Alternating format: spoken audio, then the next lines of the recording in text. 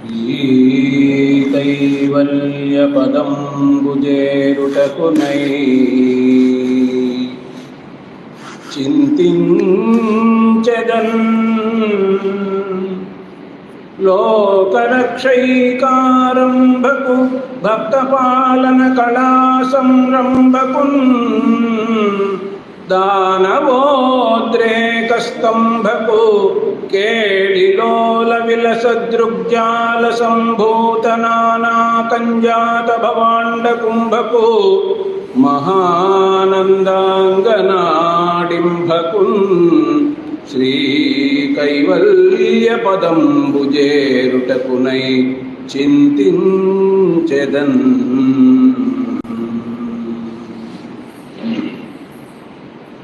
శ్రీకృష్ణ యదుభూషణ నరసఖా శృంగార రత్నాకర లోకద్రోహి నరేంద్ర వంశదహన లోకావన దేవతానీక బ్రాహ్మణ గోగణాతిహరణ నిర్వాణ సంధాయక నీకున్ మృక్కెద త్రుంపవే భవలతల్ నిత్యానుకంపానిధి.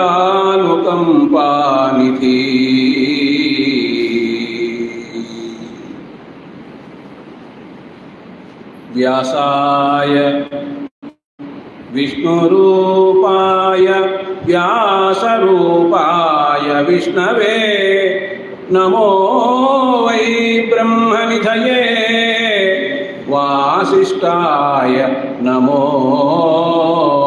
నమః. గురుర్బ్రహ్మా గురుర్విష్ణుః గురుర్దేవో మహేశ్వరః గురు సాక్షాత్ పరం బ్రహ్మ తస్మై శ్రీ గురవే నమః. రమణ ముని పదాబ్జ ధ్యాన సంసక్త చిత్తః భువన వినుతి పాత్ర స్వాత్మబోధ ప్రకాశః అమృతమభయతత్వం బోధయన్ నిత్యమాస్తే జయతు జయతు సత్యానందనామా యతీంద్రః. జయతు జయతు సత్యానందనామా యతీంద్రః.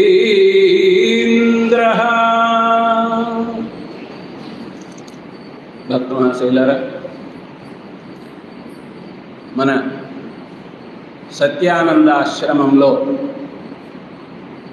భాగవత సప్తాహం 14వ తేదీ నుండి ప్రారంభమై 3 రోజులు పూర్తి కాగా 4వ రోజు మనం సత్సంగంలో పాల్గొంటూ ఉన్నాము. సత్యానంద మహర్షుల వారు ఈ ప్రదేశములోనే గొప్పగా తపస్సు చేసి ఈ ప్రదేశానికంతా కూడా మహత్వాన్ని చేకూర్చినటువంటి వారై ఈ ఆశ్రమాన్ని స్థాపించారు.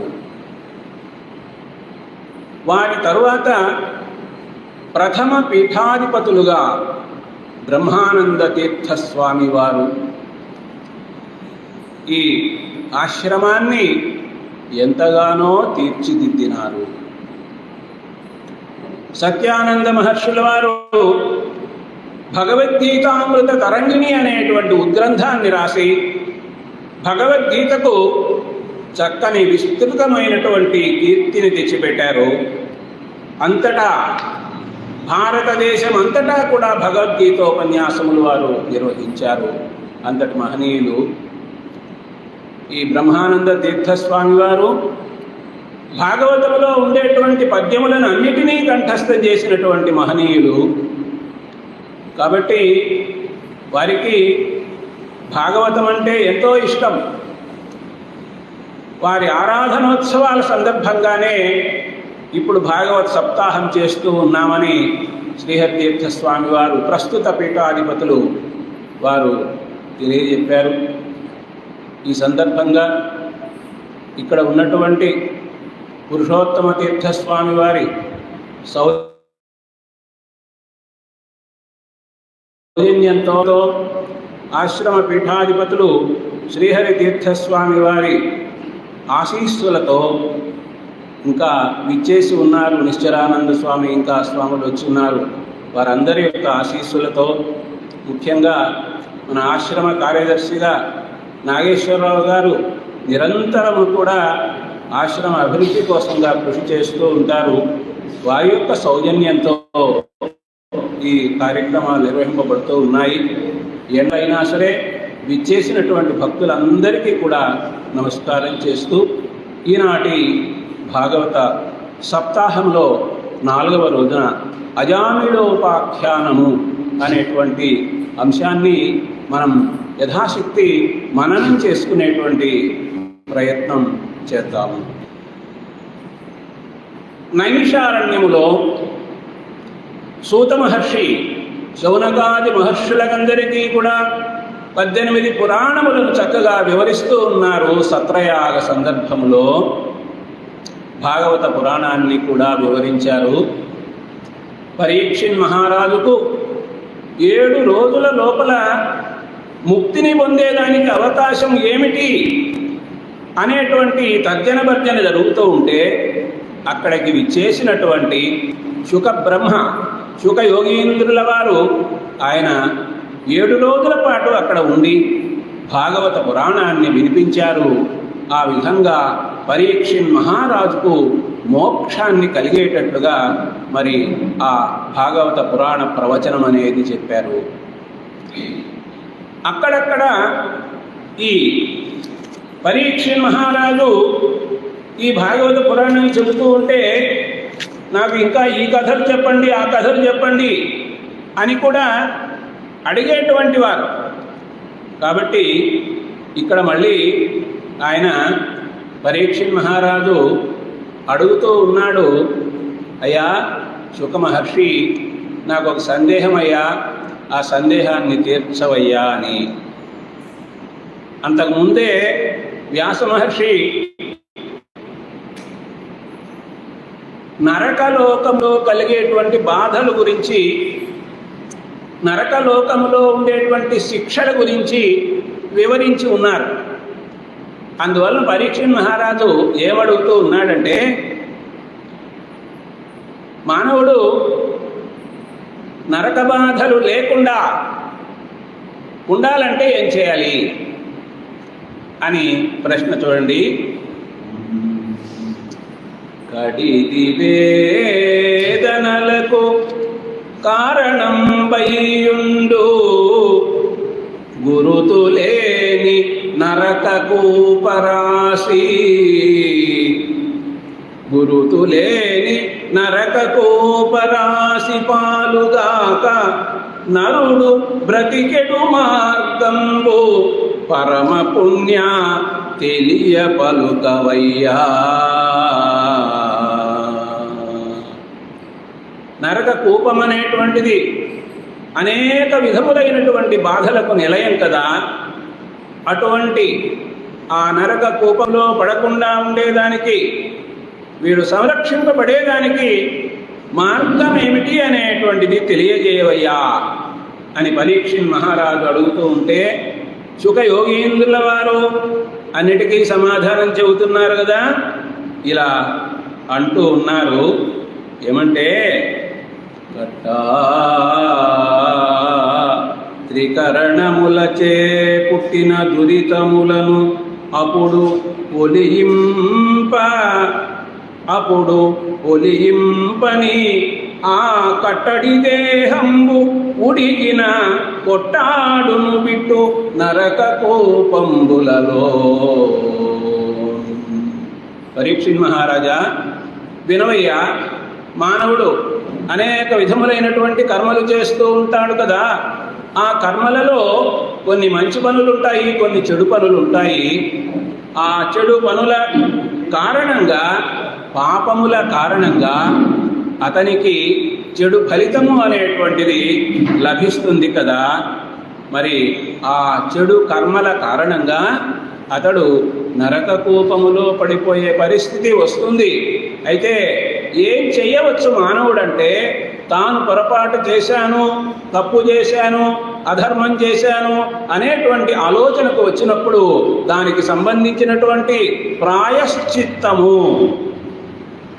పెద్దలు, గురువులు, పురోహితులు, శాస్త్రం తెలిసినటువంటి వారు చక్కగా, అయ్యా ఈ పొరపాటు చేశానంటే ఈ పొరపాటుకి ప్రాయశ్చిత్తం ఇదిగో ఇలా చేసుకో, ఆ పొరపాటు యొక్క ఫలితం అనేటువంటిది నీకు రాకుండా ఉంటుంది అని తెలియజెబుతారు. మనకు శాస్త్రములు ఉన్నాయి, ఎన్నో శాస్త్రములు ఉన్నాయి. ఆ శాస్త్రములలో ఎలా నడుచుకోవాలి, ఏది ధర్మము, ఏది అధర్మము, వ్రతం ఇలా చేయాలి అని, పూజలు ఇలా చేయాలి. దగ్గరలో మనకు వినాయక వ్రతకల్పం కూడా ఉంది, వ్రతం ఉన్నది. ఆ వ్రతం అనేది ఎలా చేయాలి, ఇవన్నీ కూడా శాస్త్రములో చక్కగా వివరించబడి ఉన్నాయి. అందువల్లనే పెద్దలు చెబుతారు, కృష్ణ పరమాత్మ కూడా చెబుతారు, శాస్త్రం అనేది ఒకటి ఉందయ్యా, తస్మాత్ శాస్త్రం ప్రమాణం తే కార్యకార్యౌ వ్యవస్థితే జ్ఞాత్వా శాస్త్ర విధానోక్తం కర్మ కర్తుమిహాకసి. శాస్త్రమే ప్రమాణమయ్యా, ఏ పని ఎలా చేయాలి అని చక్కగా తెలుసుకొని ఆచరించేందుకోసంగా. కాబట్టి ఆ శాస్త్రమును తెలుసుకొని కర్మను విద్యుక్తంగా, శాస్త్రోక్తంగా, ధర్మబద్ధంగా చేయాలి.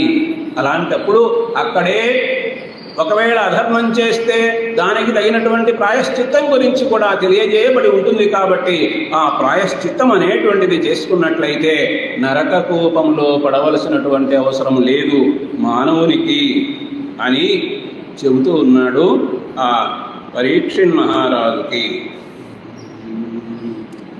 ఆవునా కాలకింకర వికారము కానకమున్నా మృత్యు దుర్భావన చిత్తమున్ వెడగుపాటును చెందకమున్నా మేనిలో జీవము వెల్గుచుండి తన చెల్వము తప్పకమున్నా మున్నుగా పావన చిత్తుడై అఘము బాయు తెరంగొనరింపగాదగున్. మనము కానీ తప్పులు చేసి అధర్మ మార్గంలో నడిచి పాపమును మనం మూటగట్టుకున్నట్లయితే అంత్యకాలంలో మనల్ని తీసుకొని వెళ్ళేదానికి, శరీరాన్ని వదిలిపెట్టినప్పుడు మనల్ని తీసుకొని వెళ్ళేదానికి యమదూతలు వస్తారు కదా. ఆ యమదూతలు మన దగ్గరికి రాకముందే మృత్యు దుర్భావన చిత్తము వెడగుపాటును చెందకమున్నా, అదిగో కాలకింకర్లు వచ్చేశారు, ఇదిగో ఇక మరణం సమీపంలోనే ఉంది అని భయపడేదానికి ముందే వేనిలో జీవము వెల్గుచుండి తన చెల్వము తప్పకమున్నా. ఈ శరీరంలో ప్రాణం ఉండి ఈ శరీరానికి ఉండే తేజస్సు, కాంతి అనేటువంటిది తగ్గిపోకముందే నిర్మలమైనటువంటి మనస్సుతో తాను చేసినటువంటి పాప ఫలితము తాను పొందకుండా దానికి తగినటువంటి ప్రాయశ్చిత్తం చేసుకోవాలి అంటూ ఇంకా ఏం చెప్తున్నాడంటే, కాలం బెడగని పాపము మూలము చెరుపంగవలయుమును రోగములంతేలిన దోషము నెరుగుచు వాలాయము దాని నడచు వైద్యుని భంగి. వైద్యుడు ఏం చేస్తాడు అంటే, మనకు ఏదైనా ఒక వ్యాధి వచ్చినట్లయితే ఆ వ్యాధికి కారణమేమిటి, మూలమేమిటి అనేటువంటిది తెలుసుకున్నటువంటి వాడై ఆ మూలమునకు తగినటువంటి ఔషధాన్ని ఇచ్చి ఆ వ్యాధిని మనకు తొలగింపజేస్తాడు కదా. ఆ విధంగానే మనము చేసేటువంటి పనుల వలన కలిగేటువంటి పాప కర్మల విషయంగా తెలుసుకున్నటువంటి దీనికి మూలమేది, కారణమేది అని తెలుసుకొని ప్రాయశ్చిత్తం చేసుకుంటూ ఆ పాప ఫలాన్ని దూరం చేసుకునే అవకాశము ఉన్నది అని అంటూ, అయితే కొంతమంది ఏం చేస్తారు, మంచి పనులు చేస్తారు, చెడు పనులు కూడా చేస్తారు. చెడు పనులు చేసినప్పుడు దీనివల్ల పాపం కలుగుతుంది కదా అని ఒక ఆలోచన అనేటువంటిది కలుగుతుంది. అయితే ఇదిగో ఈ పాపం చేశాను, దీనికి సమానంగా ఇంకొంత పుణ్యం చేస్తాను, ఈ పుణ్యం ఆ పాపాన్ని తొలగించి వేస్తుంది అని అనుకోవడానికి లేనే లేదు. మనకు రామాయణంలో ఆంజనేయ స్వామి రావణాసునికి ఉపదేశం చేసినటువంటి ఘట్టంలో కూడా ఏం చెబుతాడంటే, అయ్యా నీవు కొన్ని పుణ్యకర్మలు చేశావు, కొన్ని పాపకర్మలు చేశావు. పుణ్యకర్మల ఫలితం ఇంతవరకు అనుభవించేసావయ్యా, ఇక పాపకర్మల ఫలితాన్ని అనుభవించాలి. పుణ్యం ఉంది కదా అని ఆ పుణ్యంతో ఈ పాపం తొలగించుకోవాలంటే వీలు కాదు. అవశ్యం అనుభోక్తవ్యం కృతం కర్మ శుభాశుభం, తప్పకుండా అనుభవించి తీరవలసిందే అంటూ ఉంటారు కదా, ఎప్పుడూ ప్రాయశ్చిత్తం చేసుకోకుండా ఉన్నట్లయితే.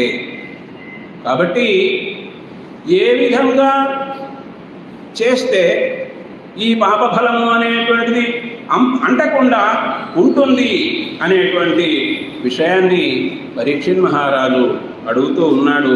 దానికి సమాధానం కూడా చెబుతూ ఉన్నాడు ఈ శుకయోగీంద్రుల వారు. హితముగల కుడుపు మరి రుగ్విత తుల పొడమంగళి నివితమున అతి సద్వ్రతుడైన వాడు నిర్మలమతిచే అఘరాశి నెల్ల మట్టము చేయున్. ఒక ఉదాహరణ కూడా చెబుతూ ఉన్నారు. ఆహారాన్ని మనం తీసుకునేటప్పుడు మనకు హితమైనటువంటి ఆహారాన్ని మితంగా పథ్యంగా స్వీకరించినట్లయితే అది మనకు ఎటువంటి వ్యాధులను సంక్రమింపచేయకుండా మన శరీరాన్ని ఆరోగ్యంగా ఉంచుతుంది కదా. అలాగే సద్వ్రతుడు అయిన వాడు చక్కగా వ్రతములను అనేటువంటిది చేస్తూ ఉన్నటువంటి వాడై, మనసులో భగవంతుని ఆరాధిస్తూ ఉన్నటువంటి వాడై, నిర్మల మతిగా ఉండేటువంటి వాడు తన యొక్క పాపరాశనంతా పోగొట్టుకునేదానికి అవకాశం అనేటువంటిది కలుగుతుంది అంటూ ఇంకా ఆ శుకయోగీంద్రుల వారు అంటున్నారు, తపమున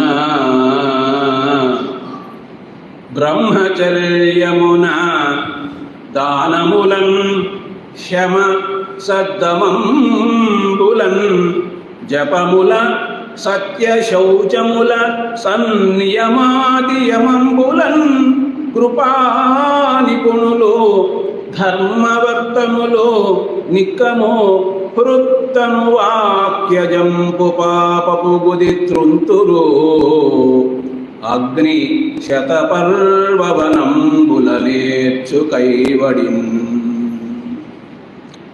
వెదురు పొద ఒక తోటగా ఉంటే అక్కడ కానీ అగ్ని పడితే, నిప్పు పడితే ఏ విధంగా క్షణంలో ఆ వెదురు పొదనంతా దగ్ధం చేస్తుందో ఆ విధంగా భగవంతుని యెడల భక్తి అనేటువంటిది కలిగి ఉన్నట్లయితే అప్పుడు ఈ మానవుడు చేసినటువంటి ఈ దోషములు ఏమైనా ఉంటే ఆ దోషములన్నీ కూడా తొలగిపోతాయి.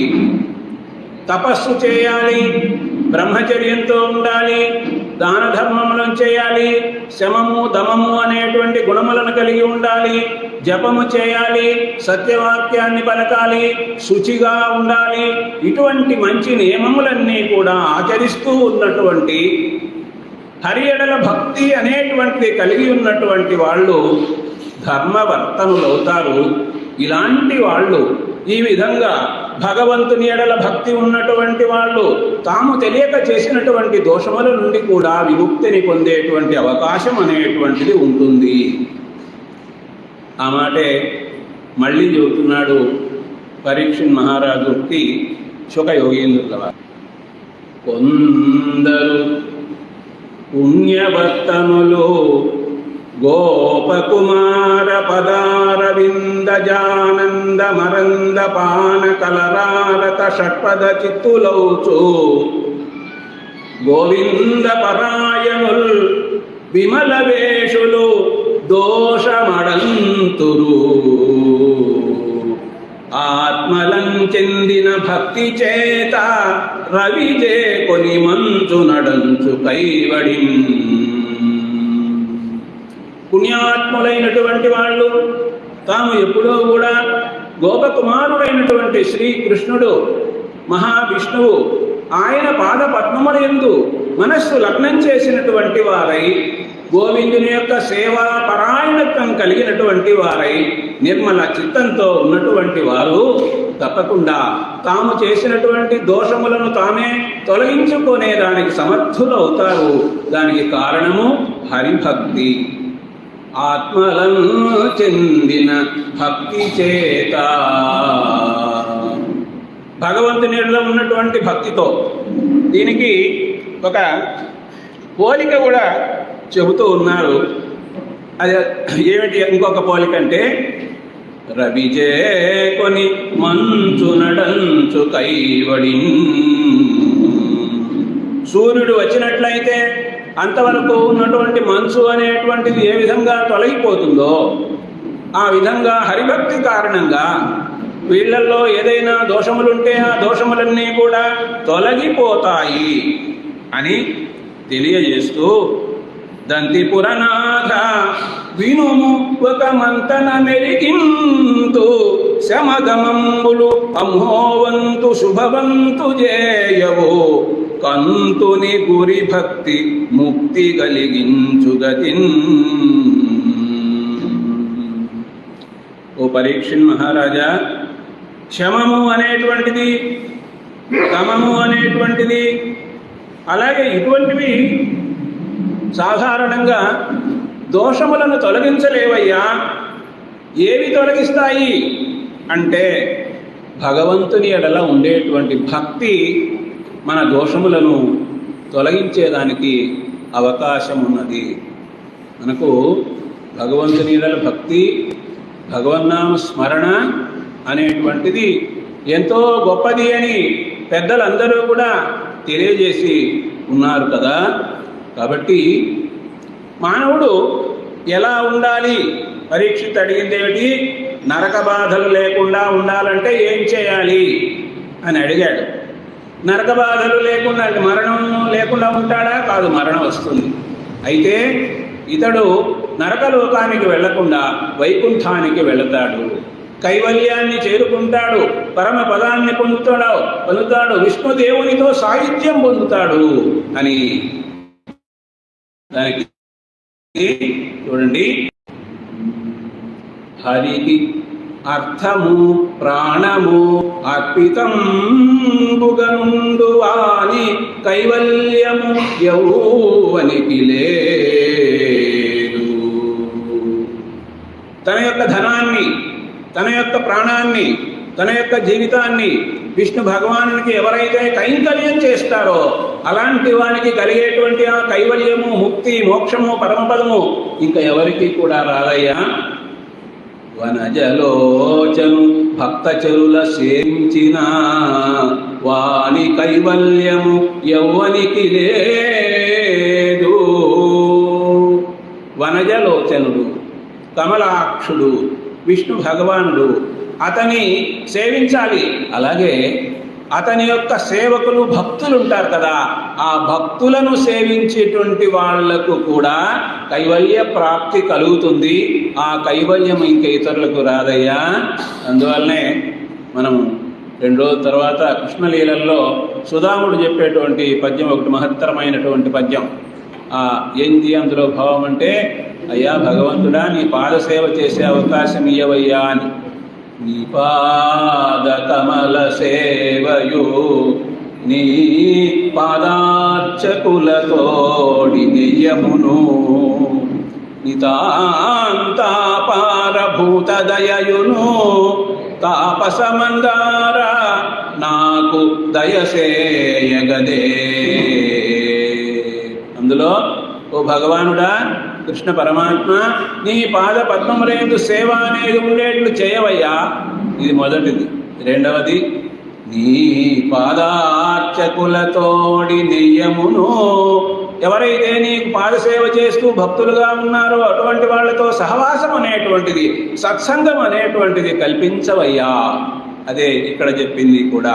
వనజలోచను భక్తవరుల సేవించిన వాని కైవల్యము ఎవ్వనికి లేదు,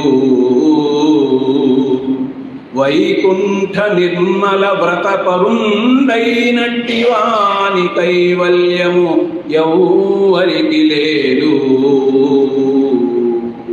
వైకుంఠంలో నివసించేటువంటి విష్ణు భగవానుని యందు మనస్సు లగ్నం చేసి అదే వ్రతంగా ఎవరైతే ఉన్నారో అటువంటి వానికి లభించేటువంటి కైవల్యము కూడా అసాధారణమైనటువంటిది. సరసిలోదరు కథాశ్రవణలోలుండైన వాని కైవల్యము యౌవనికి లేదు. నాభిలో కమలమును ధరించినటువంటి ఆ మహానుభావుడు విష్ణు భగవానుడు, ఆయన యొక్క కథలను వింటూ ఉండేటువంటి వాళ్ళు ఎవరైతే శ్రవణం అనేటువంటి భక్తి మార్గాన్ని ప్రధానంగా కలిగి ఉంటారో అలాంటి వాళ్లకు కలిగేటువంటి కైవల్యము ఇంత అంతా కాదయ్యా. శౌచముల దాన ధర్మ సుఖముల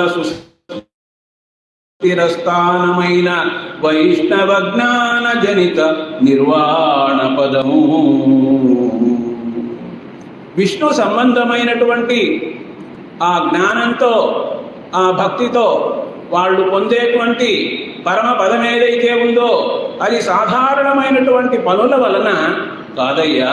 అంటే ఇవన్నీ కూడా ఉండాలి. ఏమిటి?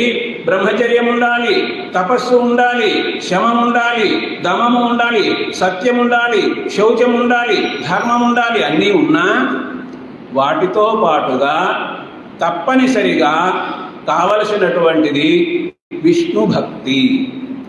ఈ విష్ణు భక్తి ఉన్నప్పుడే ఆ కైవల్యము అరచేతిదై ఉంటుంది, కరతలామలకం అవుతుంది అని ఆ విధంగా ఆ పరీక్ష మహారాజుకి శుకయోగీంద్రుల వారు చెప్తున్నారు. అరయనెన్నడు చేటులేనట్టి ముక్తివర్మము ఈ లోకమందు ఎవ్వనికి గలదు. సాధులును పుణ్యశీలురు సజ్జనులును హరిపరాయణ తత్పరులగుటగాక.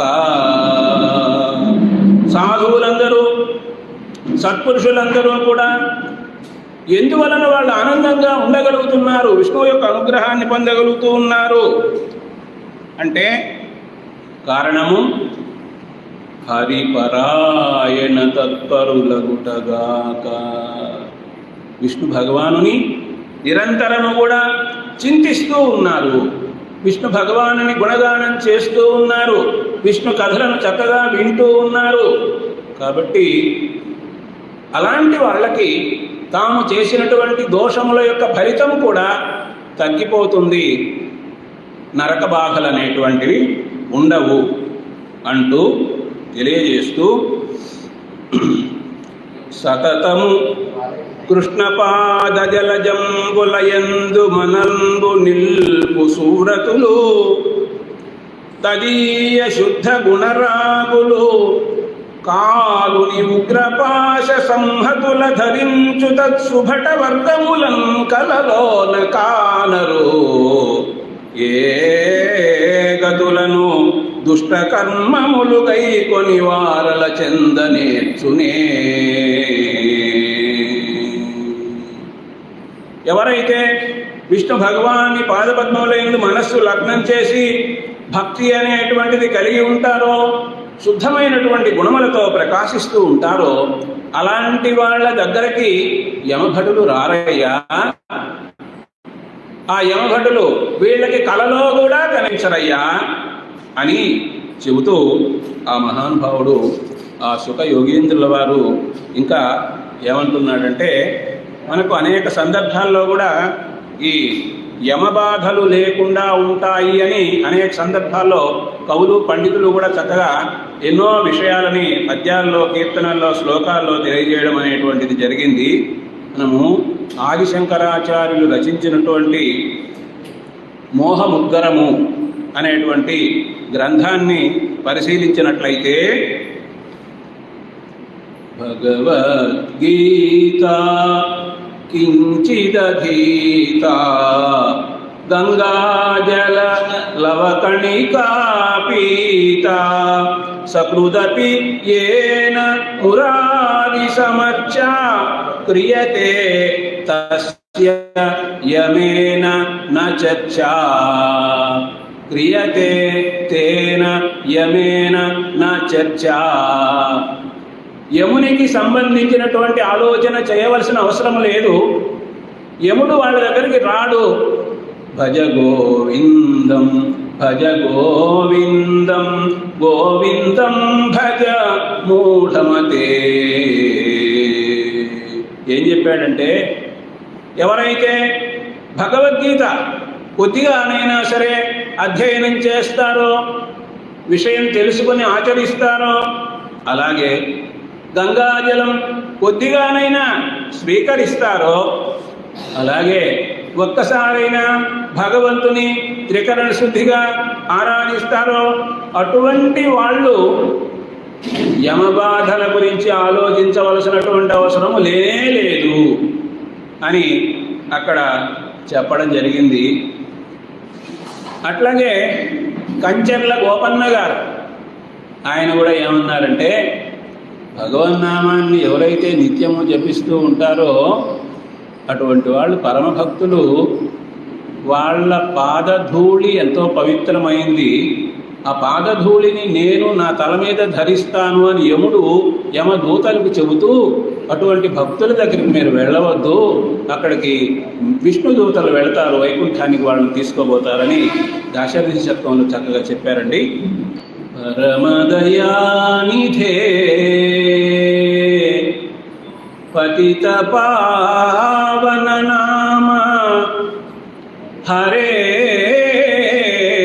యటంచు సుస్థిరమతులై సదా భజన జేయు మహాత్ముల పాదధూళి నా శిరమునంతు. పాదధూళి నా శిరమునదాల్తో మీరు అటకు చేరకుడు అంచు యముండు కింకరోత్కరములకు ఆనబెట్టునట దాశరథి కరుణాపయోనిధి. ఎవరైతే భగవంతుని నామాన్ని భక్తి శ్రద్ధలతో త్రికరణ శుద్ధిగా ఓ పరమదయానిధి, ఓ పతిత పావన నామ హరే అంటూ భజన చేస్తారో వాళ్ళ పాదధూళిని నేను నా శిరస్సు మీద ధరిస్తానయ్యా. అటువంటి కాబట్టి యమదూతలారా, మీరు అక్కడికి వెళ్ళాల్సిన అవసరం లేదు. ఇది ఎవరు వస్తారు అంటే వాళ్ళు అలాగే ఉంటారంటే వాళ్ళకి మరణం వస్తుంది, వాళ్ళకి విష్ణుదూతలు కైవల్యానికి తీసుకొని పోయేటువంటి ఆ సన్నివేశము సందర్భము అనేటువంటిది ఏర్పడుతుంది అని తెలియజేయడం జరిగింది. అట్లాగే ఎంతోమంది కవులు ఎన్నో గ్రంథాల్లో ఆ విషయాన్ని తెలియజెప్పడం అనేటువంటిది జరిగింది. ఇంకా నరసింహ శతకంలో కూడా ఆ నరసింహ శతకంలో ఏం చెప్తారంటే,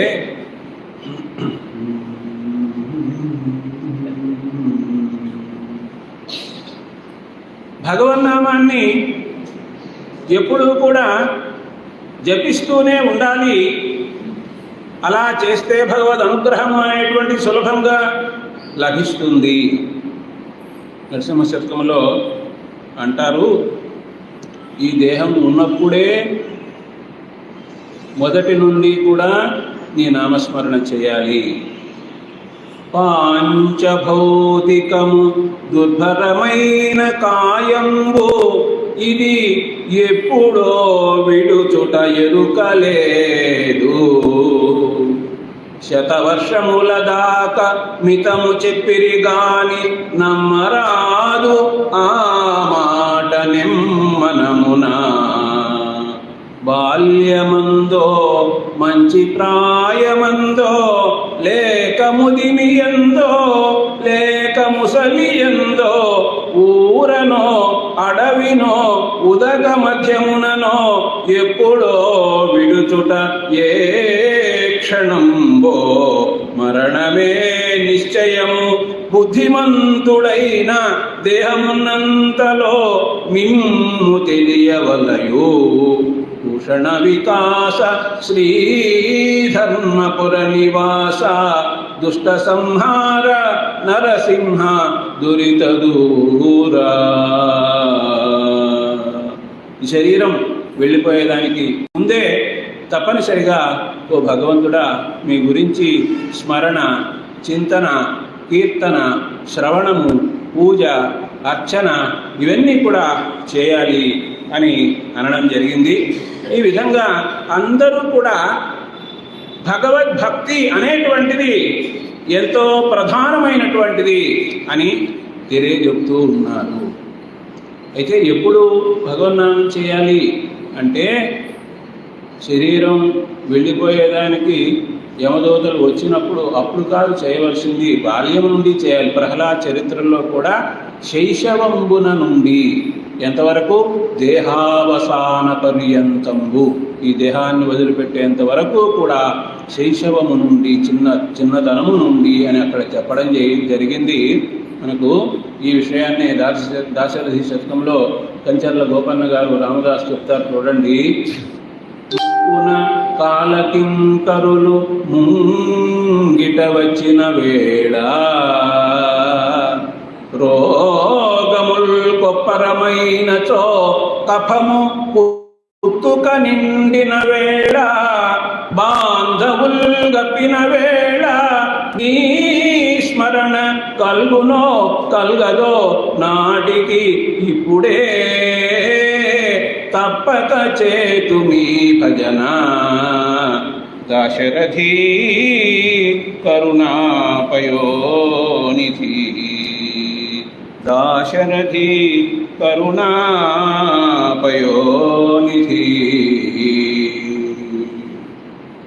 కాబట్టి ఆ సమయంలో అనేక విధములైనటువంటి ఆలోచనలు ఉంటాయి.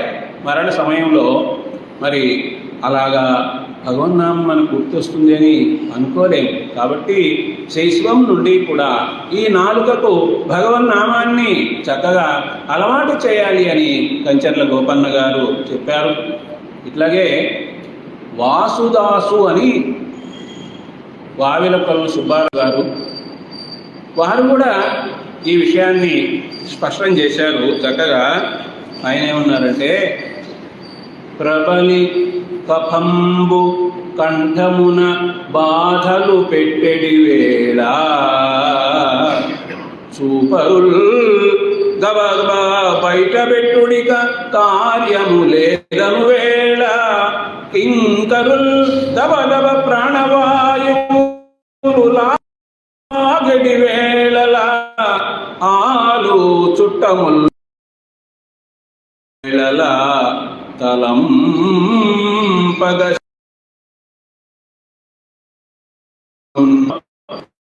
అందరూ చుట్టుమోగి ఉన్నప్పుడు మనకు భగవన్నామాన్ని చేయాలి అనిపిస్తుందా? లేదు. ఇదిగో ఈ ఆస్తులు ఇంటున్నాయి, దీని సంగతి చూడండి, పత్రాలు అక్కడ ఉన్నాయి, దాని సంగతి చూడండి అంటూ రకరకాలైనటువంటి అటువంటి ఆలోచనలే ఉంటాయి తప్ప మరొకటి కాదు. అందువలన ఎప్పుడు ధ్యానం చేయాలి భగవంతుని గురించి అంటే ఆ వావిలకొల్ల సుబ్బారావు గారే అంటారు, దంతంబులూడునన్ చింత పుట్టక మున్న కనుదోయి మసకలు గ్రమ్మకున్న కనుదోయి మసకలు గొనకమున్న ముడుతలచే మేను మిడుకులాడకమున్న వడకున కాల్ తడబడకమున్న పెండ్లాము కడకండ్లు బెట్టకమున్న నందలు తను దూచి నగకమున్న గద్దించి బుడుతలు బుద్ధి చెప్పకమున్న చెడు రోగములు తెల్వి చెడకమున్న చెడు రోగముల తెల్వి చెడకమున్న పూని వైద్యుండు చెప్పకపోకమున్న కాలభట దర్శనం గునుగాకమున్న రామ శ్రీరామ శ్రీరామ రామయనుచు ధ్యానమనరించు వాడెపో ధన్యతముడు. కాబట్టి భగవన్నామాన్ని ఎప్పుడు మనం జపం చేయాలి అనేటువంటి విషయాన్ని ఎంతోమంది మహనీయులు ఎన్నో విధాలుగా తెలియజేసినారు. ఇక్కడ పరీక్షిత్ మహారాజు అడిగినప్పుడు ఈ సుఖయోగేంద్రుల వారు కూడా ఏమని చెబుతున్నారో చూడండి. కింకరుల ధర్మరాజవశంకరుల దురంత దురిత సమధిక జన నాశంకరుల సకల లోక భయంకరులను గనియ ఇంద్రియాకులుడగుచున్. ఈ సమయంలో ఇప్పుడు మనం ఈ అజామిళుని కథ అనేటువంటిది మనం తెలుసుకోవాలి అని ఆలోచన చేస్తూ ఉన్నాం కదా. ఈ అజామిళుడు అనేటువంటి అతనికి కూడా అవసాన దశ అనేటువంటిది వచ్చింది. అవసాన దశ వచ్చినప్పుడు ఆ యమదూతలు కూడా కనిపిస్తూ ఉన్నారట.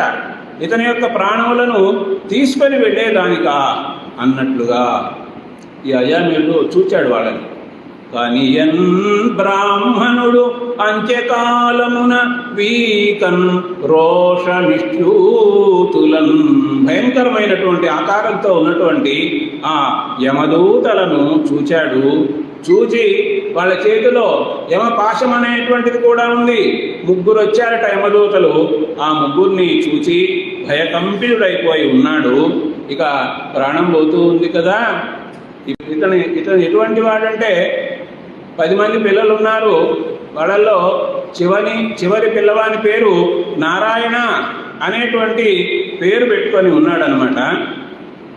కాబట్టి ఈ నారాయణ అనేటువంటి ఆ పిల్లవాడిని పిలిచేదానికి సిద్ధమవుతూ ఉన్నాడు. ఈ అజామిళుడు అనేటువంటి వాడు కన్యాకుబ్జము అనేటువంటి పట్టణంలో ఒక బ్రాహ్మణోత్తముడుగా జన్మించినటువంటి వాడు. అయితే మొట్టమొదట చక్కగా బ్రాహ్మణోత్తముని యొక్క లక్షణములన్నీ కలిగి గొప్ప విష్ణుభక్తి కలిగిన వాడుగా ఉన్నాడు. మరి ఆయన గురించి చెప్తారు.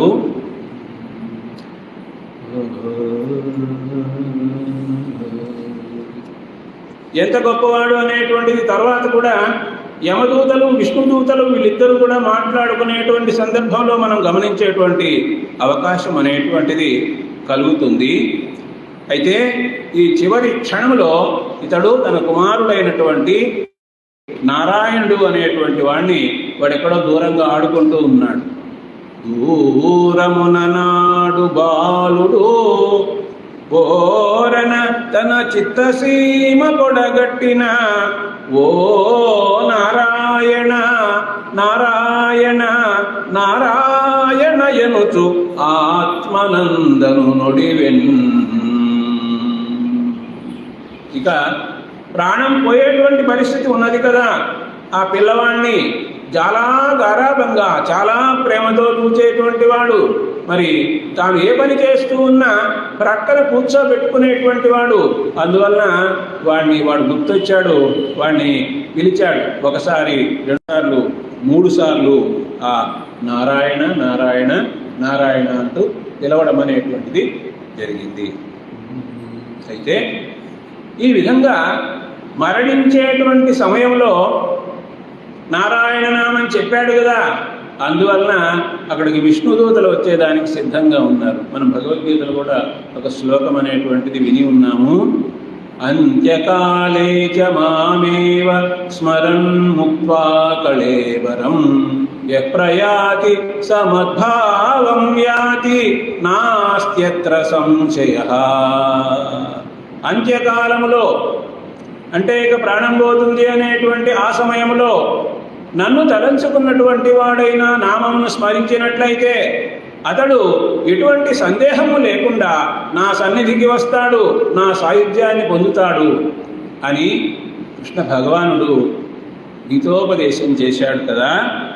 అలాగా ఇక్కడ ఏం జరిగిందంటే మరణపు వేళ అద్దనుజమర్దను సంస్మరణం భుజేయ తత్పరిసరవర్తులు ఆత్మ పరిపాలకు నామమునాలకించి నిష్ఠురగతినే గుదించి పొడచూపి అగల్చిరి కాళుదాసులన్ కరతర భాషులన్ వికట కల్పిత వేషుల దీర్ఘరోషులన్. కనిపించినటువంటి ఆ యమదూతలను చూచాడు ఈ అజామీనుడు అనేటువంటి వాడు. అయితే భగవన్నామ స్మరణ చివరి క్షణంలో చేశాడు కాబట్టి అక్కడికి విష్ణుదూతలు వచ్చి యమదూతల్ని మీరు వెళ్ళిపోండి ఇక్కడి నుంచి, ఇక్కడ మీకేం పని అని అంటూ ఉన్నారన్నమాట. ఎందువల్లంటే అంతవరకు ఏం జరిగిందంటే అజామీరుడు ఎంతో గొప్పవాడు, సత్ప్రవర్తన కలిగినటువంటి వాడే. అయినా కూడా కొంతకాలం తరువాత ఆయన ఒకానొక సందర్భంలో అడవికి దర్భల కోసము అలా వెళ్ళినటువంటి సందర్భంలో అక్కడ ఒక వేశ్యను చూచాడు. వేరే ఒక విటునితో ఆ వేశ్య ఆ విధంగా కలిసి ఉండడం అనేటువంటిది చూచి ఇతను మరి ఆ విధంగా అటువంటి ఈ కామమునకు దాసుడైనటువంటి వాడై ఆ తరువాత కాలంలో ఆ వేశ్యతోనే కాలక్షేపం చేస్తూ మరి తల్లిదండ్రులను కూడా అనాదరించినటువంటి పరిస్థితి ఏర్పడింది. అందువలన పాపాత్ముడైనాడు ఆ పాపపు కర్మల కారణంగా. అయినా కూడా చివరి క్షణంలో భగవన్నామము అనేటువంటిది స్మరించినాడు కాబట్టి ఇక్కడ ఆ విష్ణుదూతలు ఏం చేస్తున్నారు? యమదూతలను దూరంగా పంపించి వేస్తూ ఉన్నారు. దాసీ భక్తను అజామిళ భూసురుదత్తను వలన బోలన వెలికిందీశడు యమభటులను పోద్రోసిరి శ్రీవరుని కూర్మిదూతలు కడిమిన్. అజామీయుని శరీరంలో ఉండేటువంటి ఆత్మను యమపాశములతో బంధించినటువంటి వారే వెలికి తీసేటువంటి ప్రయత్నంలో విష్ణుదూతలు వాళ్ళని కటువుగా మాట్లాడుతూ తొలగిపోండి అంటూ ఉన్నారు. ఇక్కడ ఈ విష్ణుదూతలకు యమదూతలకు జరిగినటువంటి సంభాషణ అనేటువంటిది ఎంతో విజ్ఞానదాయకమైనటువంటి సంభాషణ. జాగ్రత్తగా మనము గమనిద్దాం. వీళ్ళు అడుగుతూ ఉన్నారు మీరెవరు అని. విష్ణుదూతల్ని వాళ్ళు అడుగుతూ ఉన్నారు. ముందు యమదూతలు మాట్లాడుతున్నారు. ఎవ్వని వారలు మాతో జివ్వకు గతమేమి ఇట్లు చిక్కిన వానిన్ క్రొవ్వున విడిపించితిరి ఇక నవ్వులకో జముని శాసనంబులు జగతి. యమదూతలు అంటున్నారు అదేమిటి అని అంటూ ఉన్నారు మీరు? అసలు మీరెవరు? మేము ఎక్కడి నుంచి వచ్చామో తెలుసా? యమలోకం నుంచి వచ్చాం. యముడు పంపించాడు. యముని యొక్క ఆజ్ఞను మేము చేసేదానికి వచ్చాము. మమ్మల్ని వెళ్ళిపోమని అంటూ ఉన్నారా?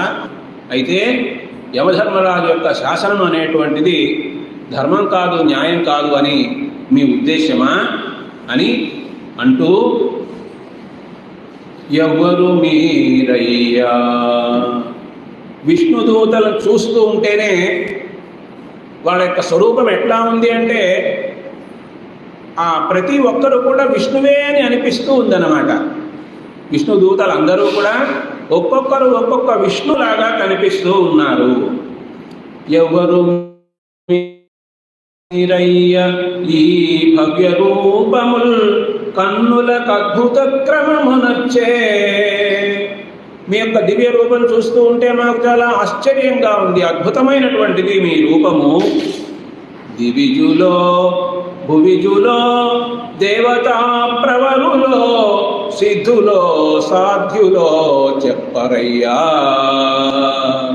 మీరు దేవతల లేదు మానవుల, దేవతా శ్రేష్ఠుల, సిద్ధుల, సాధ్యుల, ఎవరు మీరు? దళిత పాండుర పద్మదళ దీర్ఘ నేత్రులు వరపీత కౌసేయవాసులరయా. విష్ణు భగవానులాగా విశాలమైనటువంటి పెద్ద కన్నులు కలిగి ఉన్నారు. విష్ణు భగవానులాగా మరి పీతాంబరధారి విష్ణు భగవానుడు పసుపచ్చని వస్త్రాన్ని వీళ్ళు కూడా ధరించి ఉన్నారు. అలాగే కుండలాలు ధరించి ఉన్నారు. కిరీటములను కూడా కలిగి ఉన్నారు. అట్లాగే మెడలో వనమాల, తులసిమాల అనేటువంటిది కలిగి ఉన్నారు. అంతేకాకుండా 4 చేతులతో ప్రకాశిస్తూ ఉన్నారు ఈ విష్ణుదూతలు. భూరి పుష్కరమాలికాచారు వక్షులు, వక్షస్థలంలో పుష్పమాల, వనమాల అనేది ఉన్నది. అమిత కోమల నవ యౌవనాధికులు, గొప్ప యౌవనంతో ప్రకాశిస్తూ ఉన్నారు. బాహు కేయూర మణిగణ భ్రాజమాన ఘన చతుర్భుజులు అభ్రసంకాశ రుచులు. భగవాన్ విష్ణువు నీలిమేఘశ్యామ వర్ణంతో ఉంటాడు కదా, వీళ్ళు కూడా నీలిమేఘశ్యామ వర్ణంతో ఉన్నారు. 4 భుజాలు కలిగి ఉన్నారు. మణులు మొదలైనటువంటి ఆభరణాలతో కూడా బాగా ప్రకాశిస్తూ ఉన్నారు. అంతేకాకుండా వీళ్ళ దగ్గర ధనుస్సు ఉంది, అలాగే అమ్ముల పొది ఉంది. ఒక్కొక్కరి దగ్గర కూడా పద్మం ఉంది, శంఖం ఉంది, చక్రం ఉంది, ఖడ్గం ఉంది, గద ఉంది. అంటే వీళ్ళు విష్ణుదేవునికి ప్రతిరూపములు అన్నట్లుగా కనిపిస్తూ ఉన్నారు. శాంతంబులైన మీ తనుకాంతులు జగములను దిశలగలిగిన బహుళధ్వాంతముల పారదోలుచో సంతసమనరించెనిపుడు సర్వంకషమై. ఓ విష్ణుదూతలారా, అంటే ఎవరో తెలియదు ఇంకా, దివ్యమైనటువంటి శరీరంతో ఉన్నటువంటి మీ కారణంగా ఇక్కడ ఉన్నటువంటి చీకట్లన్నీ కూడా తొలగిపోతూ ఉన్నాయి. ఇంతకీ మీరు ఎవరు? మేము యమదూతలము. మేము ఎందుకు వచ్చామంటే ధర్మాన్ని పరిపాలించేదానికి వచ్చాము. ఇతడు పాపాత్ముడు, ఇతన్ని యమలోకానికి తీసుకొని వెళ్ళేదానికి వచ్చాము. యమధర్మరాజు, ఆయన ధర్మానికి ఎప్పుడూ కూడా ఉదాహరణగా నిలుస్తాడు. అటువంటి ఆయన చెప్పినటువంటి ఆజ్ఞను మేము చేసేదానికి వచ్చాము. అప్పుడు ఆ విష్ణుదూతలు అంటున్నారు, మీరు పరేతనాయకుని మేలిమి దూతలటేని పల్గుడా తోరపు పుణ్య లక్షణము దుష్కృత భావము దండకృత్యమున్ వీరము తోడనీతనికి అభీష్ట నివాసము ఊని దండ్యులెవ్వారలు సర్వభూతములో వారక కొందరో పాపకర్ములో. దండించేదానికి వచ్చామన్నారు. అసలు మీకు ధర్మమేది అధర్మమేది అనేటువంటిది తెలుసా? ఎవరిని దండించాలి, ఎవరిని దండించకూడదు అనేటువంటి విషయం మీకు తెలుసా? ధర్మాన్ని ఆచరిస్తున్నాము అని అంటూ ఉన్నారే అంటే అప్పుడు వాళ్ళు ఆ యమదూతలు చెబుతున్నారు, ధర్మం మాకు తెలుసు, ఏది ధర్మం అనేటువంటిది మాకు తెలుసు. వేద ప్రణిహితమే అనుమోదంబుగ ధర్మమయ్యే మున్ను తదన్యంబేదియగు అది అధర్మంబు ఆదియు హరిరూపు వేదమన వినుకతనన్. వేదమే ధర్మము, ధర్మమే వేదము. కాబట్టి వేదములో ఏదైతే చెప్పబడి ఉన్నదో దానిని ఆచరించినటువంటి వాళ్ళు, ధర్మాచరణ కలిగిన వాళ్ళు. ఎవరైతే వేదములో చెప్పిన దాన్ని ఆచరించకుండా ఉంటారో వాళ్ళు అధర్మం ఆచరించేటువంటి వాళ్ళు. వేదంలో ఏం చెప్పారు? సత్యం వద, ధర్మం చర, స్వాధ్యాయాన్మా ప్రమదః, మాతృదేవో భవ, పితృదేవో భవ, ఆచార్య దేవో భవ, అతిథి దేవో భవ అంటూ ఈ విధంగా వేదములో మానవుడు ఏ విధంగా మెలగాలి, ఏ విధమైనటువంటి ధర్మము అనేటువంటి విషయం అంతా కూడా తెలియజేయబడి ఉన్నది. కాబట్టి మేము ఆ ధర్మాన్ని అనుసరించే ఇక్కడికి వచ్చాము, యమధర్మరాజు మమ్మల్ని పంపించినాడు అని చెబుతూ, ప్రకృతమున తాను నచ్చిన సుకృతము దుష్కృతమునెంత చూడగా అంతే నికృతిగని అనుభవించున్ అకృతమతిన్ తత్ఫలంబు అతి నిపుణుండై. మానవుడు తాను చేసినటువంటి పని ఏదైతే ఉన్నదో శుభము అశుభము దానికి సంబంధించినటువంటి ఫలితమును తప్పకుండా అనుభవించవలసినటువంటి అవసరం అనేటువంటిది ఉంది కదా. అయితే పరమేశ్వర భక్తి అనేటువంటిది ఉన్నట్లయితే అతని యొక్క దోషములు తొలగిపోయే అవకాశం ఉన్నది అని ఆ విష్ణుదూతలు చెబుతారు. విష్ణుదూతలు ఈ అజామీలుని యొక్క అంటే చివరి క్షణాల్లో అతడు పాపాత్ముడుగా ఉన్న మొదటి నుంచి ఎలా ఉన్నాడు అనేటువంటి విషయాన్ని అజామీలుని యొక్క ప్రారంభంలో కథలో ప్రారంభంలో ఉండే విషయాన్ని విష్ణుదూతలు యమదూతలకి వివరిస్తూ ఉన్నారు. కావుననితడు సత్కర్మవర్తనమున భూదేవ కులమున పుట్టినాడు. ఈ అజామీలుడు పూర్వజన్మలో కూడా ఎంతో గొప్పగా సత్కర్మ అనేటువంటి దాన్ని ఆచరించినాడు కాబట్టి బ్రాహ్మణోత్తముడుగా బ్రాహ్మణ వంశములో జన్మించాడు. ఎందువల్ల బ్రాహ్మణ వంశం గొప్పదంటే వాళ్ళు ఎప్పుడూ కూడా గాయత్రి మంత్రమును నిత్యము కూడా అనుష్ఠానం చేస్తూ ఉంటారు కదా, అలాగే ధర్మాన్ని బోధిస్తూ ఉంటారు కదా, బ్రహ్మజ్ఞానం కలిగి ఉంటారు కదా, అందువల్ల విప్రోత్తములు గొప్ప అనే విషయం. దాంతుడై శాంతుడై ధర్మ సంశీలుడై సకల వేదంబుల చదివినాడు. ఓ యమదూతలారా, అజామీలు గురించి మేము చెప్తూ ఉన్నాం, విష్ణుదూతలం విను బాగా. ఇతడు శాంత స్వభావం కలిగినటువంటి వాడు, ఇంద్రియ నిగ్రహం కలిగినటువంటి వాడు, ధర్మాన్ని ఆచరించినటువంటి వాడు, 4 వేదములను చక్కగా చదివినటువంటి వాడు, అనయంబు గురువుల అతిథుల పెద్దల చేరి శుశ్రూషలు చేసినాడు.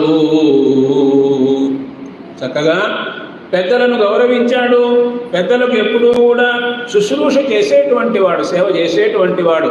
గురుదేవోభవ అనేటువంటిది చక్కగా ఆచరించాడు. మాతృదేవోభవ పితృదేవోభవ అని చక్కగా దాన్ని ఆచరించినటువంటి మహానుభావుడు. అంత మాత్రమే కాదు, ఈ అజామీలుడు సర్వభూతములకు సమబుద్ధి అయి చాలా బహుమంత్ర సిద్ధుల బడసినాడు. సమబుద్ధి, పండితాహ సమదర్శిన అంటారు కదండి. ఆ విధంగా తనను ఎదుటివారిని కూడా సమానంగా భావించినటువంటి వాడు. ప్రహ్లాదుని గురించి మనం చెప్పుకున్నాము. ఆ విధంగా సమదృష్టి అనేటువంటిది కలిగినటువంటి వాడు. సత్యభాషణ నియమంబు జరపినాడు. ఎప్పుడు కూడా సత్యాన్నే పలికినాడు, అబద్ధమేనాడు కూడా పలకలేదు. నిత్య నైమిత్తికాదుల నెరపినాడు. శాస్త్రములో ఏ విధి చెప్పబడి ఉన్నదో ఆ నిత్య కర్మలు నైమిత్య కర్మలు అన్నీ సంపూర్ణంగా యథావిధిగా ఆచరించినటువంటి వాడు ఈ అజామీలుడు. దండి లోభాది గుణముల దరసినాడు. లోభము అనేటువంటి గుణము లేకుండా మెలిగినాడు. మంచి గుణములు తన యందు మరపినాడు. ఈ అజామీలుల్లో అన్నీ కూడా మంచి గుణములే మొట్టమొదటి కాలంలో ఉండినవి అనేటువంటి విషయం మీకు తెలియదేమో అని విష్ణు చెబుతూ ఉన్నారు యమదూతలతో. సతతాచార సమంచితమతి అయి సుజ్ఞానములకు మరగెడితని ఆయతగతి నాతని కంగజమతమయ్యవయౌవనాగమం బెడదొచ్చెన్. ఇంత చక్కగా ఉన్నటువంటి అతడు యవ్వనము అనేటువంటిది వచ్చిన తర్వాత చక్కగా వివాహం చేసుకున్నాడు. కానీ ఒకానొక నాడు ఆయన అడవిలో ఆ విధంగా ఒక వేశ్య మరొక వీడు కలిసి ఉండడం చూచి మరి ఆమెతో సాంగత్యం అనేటువంటిది ఏర్పరచుకొని అక్కడి నుంచి దుర్మార్గ పద్ధతిలో చెడు మార్గంలో ఉన్నటువంటి వాడు అయ్యాడు. అయితే ఈ సందర్భంలో మనం గమనించవలసినటువంటి అంశము ఏమిటి అంటే ఇతడు భగవన్నామాన్ని చివరి క్షణంలో పలికినాడు. నారాయణ నారాయణ నారాయణ అనేటువంటి నామాన్ని 3 సార్లు ఈయన ఉచ్చరించాడనేటువంటి విషయము మీకు కూడా తెలుసు కదా. అందువలన అంత్యకాలంలో భగవన్నామ స్మరణ అనేటువంటిది ఎంతటి ఫలితాన్ని ఇస్తుందో మీకు మేము వివరిస్తూ ఉన్నాము. అటుగాన పాపకర్ముని కుటిలిని సుజనాత్తు ధూర్తు క్రూరుని మారటమునగొని ఏ గదమంతట దండన వలన ఇతడు ధన్యతనుందు. మళ్ళీ యమదూతలు వాదిస్తున్నారు. చివరలో ఆ విధమైనటువంటి పాపకర్మలు చేశాడు కాబట్టి నేను తీసుకొని వెళ్ళి దండించాలి అని అంటూ ఉంటే మళ్ళీ ఈ విష్ణుదూతలు కూడా వాళ్ళతో వాదన చేస్తూ ఉన్నారు. చిత్తమెల్లనిచ్చి చెలితనంబున వచ్చి నచ్చి కలయమిచ్చి నమ్మువాణి కరుణ గలుగువాడు కడు సౌమ్యుడగువాడు చింతసేయకెట్లు సెరుకనేర్చు. భగవంతుని తనకు ఆప్తునిగా భావన చేసి చింతన చేసేటువంటి వానికి శుభములు అనేటువంటివే కలుగుతాయి అని చెబుతూ ఇక్కడ ఏమంటున్నారంటే, మీరు చెప్పేది కొడుకును పిలిచినాడు అంతేగాని నారాయణుని పిలవలేదు అని మీరంటూ ఉన్నారు ఓ యమదూతలారా. అయితే జాగ్రత్తగా వినండి. డెందంబు పుత్రువలనం చెందినదని తలపవలదు.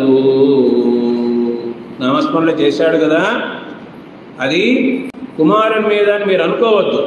శ్రీపతి పేరు ఏ చందముననైన బలికిన నందకధరుడందె కలడు నాదుండగుచు. భగవంతుని పేరును ఏ విధంగా పలికినా సరే ఆ నామము అనేటువంటిది తగినటువంటి ఫలితాన్ని తప్పకుండా ఇస్తుంది అనేటువంటి విషయాన్ని ఖచ్చితంగా వివరంగా తెలియజేస్తూ ఉన్నారు.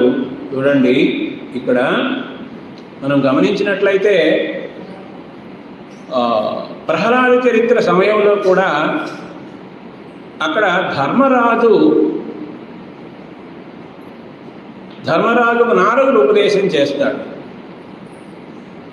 ధర్మరాజు అడిగిన సందేహం ఏమిటంటే, శిశుపాలుడు ఎప్పుడూ కృష్ణుడిని నిందించేటువంటి వాడు,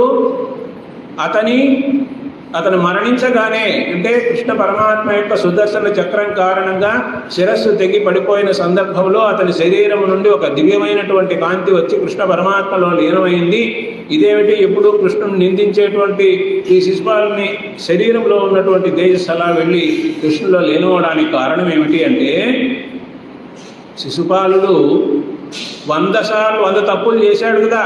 ఆ తప్పులు ఏం చేశాడు, ఈ కృష్ణుడు దొంగ, ఈ కృష్ణుడు అధర్మాన్ని ఆచరించాడు, ఈ కృష్ణుడు గర్విష్టి అని 100 సార్లు కృష్ణ నామాన్ని చెప్పాడు.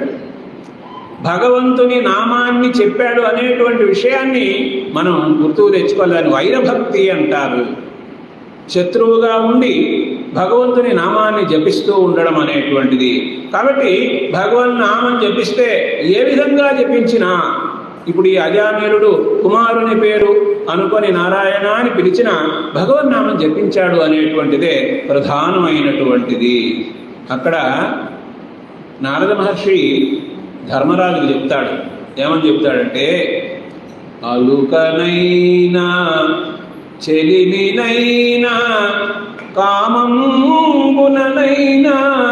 బాంధవముననైనా భీతినైనా తగిలి తలప అఖిలాత్ముడగు హరిచేరవచ్చు వేరు సేయడతడు. అఖిలాత్ముడగు హరిచేరవచ్చు. ఏ విధంగానైనా సరే భగవన్నామం కోపంతో చెప్పినా, స్నేహంతో చెప్పినా, కోరికతో చెప్పినా, బంధువుగా చెప్పినా, ఎలాగైనా సరే ఆ అఖిలాత్ముడైనటువంటి ఆ పరమాత్మ దాన్ని మంచిగానే స్వీకరిస్తాడు తప్ప మరొకలా కాదయ్యా అంటూ ఆ నారద మహర్షి ఇంకా ఏం చెబుతూ ఉన్నాడో గమనించండి. ఎవరెవరు ఏ విధంగా భగవద్ అనుగ్రహాన్ని పొందినారో చెప్తూ ఉన్నాడు. నారద మహర్షి ధర్మరాజు చెప్తూ ఉన్నాడు ఎవరెవరు ఏ విధంగా భగవద్ అనుగ్రహాన్ని పొందినారు. ఆమోత్కంఠత గోపికల్ భయమునన్ కంసుండు వైరక్రియా సామగ్రిన్ శిశుపాల ముఖ్య నృపతుల్ సంబంధులై వృష్ణులున్ ప్రేమన్ మీరలు భక్తినేమో ఇదే చక్రిన్ గంటిమి ఎట్లయినా ఉద్దామధ్యాన గరిష్ఠుడైన హరిచందన్ వత్సు ధాత్రీశ్వరా. గోపికలందరూ కూడా ప్రేమతో కృష్ణ కృష్ణ కృష్ణ అంటూ ఉండినారు. ఆ విధంగా కృష్ణుని అనుగ్రహం లభించింది. కంసుడు కృష్ణుని నిందిస్తూ ఏది కృష్ణుడు వచ్చేసాడా, ఏది కృష్ణుడు నన్ను సంహరిస్తాడా అంటూ కృష్ణ కృష్ణ అంటూ భగవద్ అనుగ్రహాన్ని వైరభక్తితో పొందినాడు. అలాగే ఈ శిశుపాలుడు కూడా వైరభక్తితో ఆ విధంగా కృష్ణుని సాయుధ్యాన్ని పొందడం అనేటువంటిది జరిగింది. అట్లాగే యాదవులు వాళ్ళందరూ కూడా ఆడుకున్నారు కృష్ణునితో కృష్ణ కృష్ణ కృష్ణ అంటూ. ఆ విధంగా వాళ్ళకి కృష్ణ అనుగ్రహం అనేటువంటిది కలిగింది. ఓ ధర్మరాజా, మీరంతా కూడా ఎంతో ప్రేమగా కృష్ణునితో ఉన్నారు. ఆ విధంగా మీకు కూడా కృష్ణానుగ్రహం అనేటువంటిది లభించింది. భక్తి మార్గంలో మేము కృష్ణ కృష్ణ అంటూ ఉన్నాం ఈ నారదుడు చెప్తున్నాడు. కాబట్టి మాకు కూడా కృష్ణుని యొక్క అనుగ్రహం అనేటువంటిది కలిగింది. కాబట్టి అక్కడ దృష్టి అనేటువంటిది ప్రధానం కాదు, నామం చెప్పారా లేదా అనేటువంటిది ప్రధానము అని నారద మహర్షి తెలియజేసినాడు. అలాగే ఇక్కడ కూడా అజామీనుడు బిడ్డ పేరు పెట్టి పిలుచుట విశ్రామకేళినైనా మిగులగేలినైనా పద్య గద్య గీత భావార్థములనైనా కమల నయను తలప కలుషహరము. ఏ విధంగానైనా సరే కమల నయను తలప కలుషహరము. భగవన్నామాన్ని చెప్పడమే ముఖ్యం కానీ అది బిడ్డ పేరు పెట్టి పిలిచినాడా, ఆటలాడుతూ పిలిచినాడా, ఎగతాళిగా పిలిచినాడా, నిందిస్తూ పిలిచినాడా, పద్యంలో కీర్తి పద్యంలో పిలిచాడా, గద్యంలో పిలిచాడా, గీతములు పాటలో పిలిచినాడా, ఇవన్నీ అవసరం లేదు. ఎట్లా పిలిచినా కమల నయను తలప కలుషహరము. కమలాక్షుడైనటువంటి విష్ణు భగవానుని తలచుకున్నట్లయితే, స్మరించినట్లయితే, కీర్తించినట్లయితే, పిలిచినట్లయితే కలుషహరము, వాళ్ళ యొక్క కలుషము అనేటువంటిది, దోషము అనేటువంటిది తొలగిపోతుంది. ఇంకా కూడా ఈ విష్ణు దూతలు మళ్ళీ ఇదే విషయాన్ని ఇంకా సవిస్తరంగా చెప్తూ ఉన్నారు. ఎన్నో సందర్భాల్లో భగవన్నామాన్ని ఎంతోమంది చెబుతూ ఉంటారు. ఏ సందర్భంలో చెప్పినా సరే భగవన్నామము దోషాన్ని తొలగిస్తుంది. ఊలిన చోట, కొట్టుబడి కుందిన చోట, మహాజ్వరాదులు ప్రేలిన చోట, సర్పముఖ పీడలనంద చోట, ఆర్దులై తూలిన చోట, విష్ణు భవదూరుని పేర్కొనిరేని మీద అక్కాలు యాతనా వితతి కానరు ఊనరు దుఃఖ భావముల్. ఎటువంటి పరిస్థితుల్లోనైనా సరే సాధారణంగా పడిపోతూ ఉన్నా, ఎవరి చేతన్నా కొట్టబడి పడిపోతూ ఉన్నా, జ్వరం వచ్చి పడిపోయినా, సర్పము మొదలైనటువంటివి కాటు వేసి బాధ పొందినా, ఏ సమయంలోనైనా సరే ఆ పరమాత్మ భవదూరుడు, సంసారం అనేటువంటి బంధాన్ని దూరం చేసేటువంటి మహానుభావుడు, ఆయన్ని స్మరించినట్లయితే, తలచినట్లయితే వాళ్ళకు దుఃఖము అనేటువంటిది లేదు. విష్ణుదూతలు చాలా చక్కగా తెలుసు. ఇంకా విష్ణుదూతలు చెప్పేటువంటి విషయాలు ఎంత గొప్పగా ఉన్నాయో చూడండి.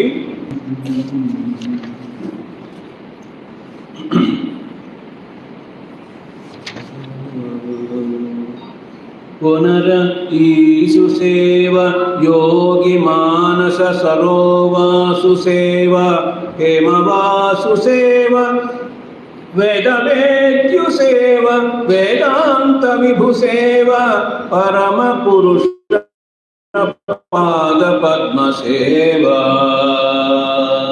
ఆ భగవంతుని సేవ, ఆ భగవంతుని చింతన, ఆ భగవంతుని నామస్మరణ అనేటువంటిది అన్ని విధములైనటువంటి శుభములను కలిగింపజేస్తుంది. హరినెరుగని ఆ బాలుడు హరిభక్తులతోడగూడి హరియనువాడు సరియై దోషములడచును గరువలితో నగ్ని తృణముగాల్చిన భంగిన్. హరి అని నామస్మరణ చేసిన, హరిభక్తులతో కలిసి ఆటలాడుతూ హరి అన్నా, ఏ విధంగా అన్నా సరే అగ్ని అనేటువంటిది గడ్డిని ఏ విధంగా సులభంగా దహించి వేస్తుందో భగవన్నామం అనేటువంటిది కూడా ఆ విధంగా ఆ పలికినటువంటి వారి యొక్క పాపములను దహించి వేస్తుంది. అందువల్ల ఈ అజామీయుని యొక్క పాపములను కూడా నారాయణ అనేటువంటి నామం అనేది దహించి వేస్తుంది అని చెబుతూ ఉన్నారు. కృష్ణ శతకంలో కూడా దీన్ని ఉదహరిస్తారు. క్రూరాత్ముడజామీరుడు నారాయణ ఎనుచు ఆత్మనందను విలువన్ ఏ రీతి ఏలుకొంటివి ఏరి నీ సాటి వేల్పులు ఎందును కృష్ణ. అంటే ఆ చనిపోయేదానికి ముందు కొంతకాలం క్రూరాత్ముడుగా ఉండినాడు, అయినా చివరిలో నారాయణ నామాన్ని చెప్పడం జరిగింది. ఇక్కడ విష్ణుదూతలు భగవన్నామం అంత్యకాలంలో చేయడం వలన కలిగేటువంటి ఫలితాన్ని అనేక విధములుగా వివరిస్తూ ఉన్నారు, విశ్లేషణ చేస్తూ ఉన్నారు. చూడండి, పోలిక చెప్తున్నారు. ఎలాగా ఆ భగవన్నామం అనేటువంటిది మన దోషములను తొలగిస్తుందో అనేక పోలికలు కూడా చెప్తూ ఉన్నారు. ఆరయ వీర్యవంతమగు ఔషధము ఎట్లు ఎదురుచ్చగొన్న తచ్చారు గుణంబు రోగముల చెయ్యన బాపిన మాటి. ఔషధం ఉంది, ఒక మాత్ర. ఆ మాత్ర ఇది ఔషధాన్ని తగ్గిస్తుంది అనేటువంటి విషయం తెలియక వేసుకున్నా, తెలిసి వేసుకున్నా ఆ వ్యాధి అనేటువంటిది నయమవుతుంది కదా. అలాగే భగవన్నామం అనేటువంటి ఇది భగవన్నామం అని తెలిసినా తెలియకపోయినా నామాన్ని పలికినట్లయితే ఆ నామ స్మరణ యొక్క ఫలితం అనేటువంటిది సంపూర్ణంగా సిద్ధిస్తుంది. పుణ్య విస్ఫారుని అంబుజోదరుని పామరుడు అగ్నుడు అవజ్ఞ పల్కినన్ వారక తత్ప్రభావము ధ్రువంబుగా ఆత్మగుణంబు చూపదే. ఒక సాధారణమైన మాత్రే ఆ విధంగా తన గుణాన్ని చూపితే భగవన్నామము అనేటువంటిది తెలిసి పలికినా తెలియక పలికినా కూడా ఆ నామము తన ప్రభావాన్ని చూపిస్తుంది కదా.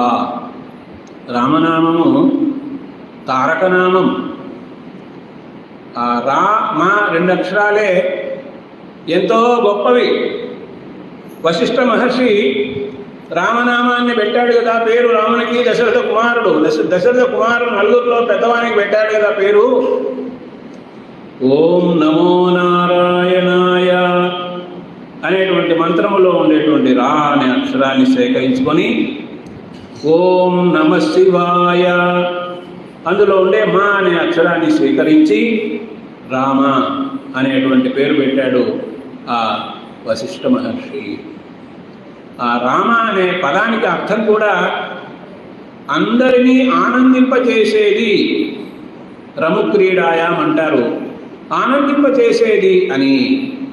ఈ రామనామం గురించి పలికితే ఏమవుతుంది అంటే మనకు రా అని అన్నప్పుడు మన శరీరం లోపల ఉన్నటువంటి దోషాలు పాపాలు నోట్లోంచి వెలుపలికి వస్తాయట. ఆ తరువాత మా అన్నప్పుడు ఆ రెండు పెదవులు కలుస్తాయి. కలిసినప్పుడు వెలుపలికి వచ్చిన దోషాలు మళ్ళీ లోపలికి పోకుండా ఉంటాయి. అందువల్ల రామ అంటే ఇంత ఫలితం ఉన్నది అని తెలుసుకొని అందరూ రామనామం చెప్పండి, రామనామం పలకండి అని కంచర్ల గోపన్న గారు దాశరథి శతకంలో చక్కగా తెలియజేయడం అనేటువంటిది జరిగింది.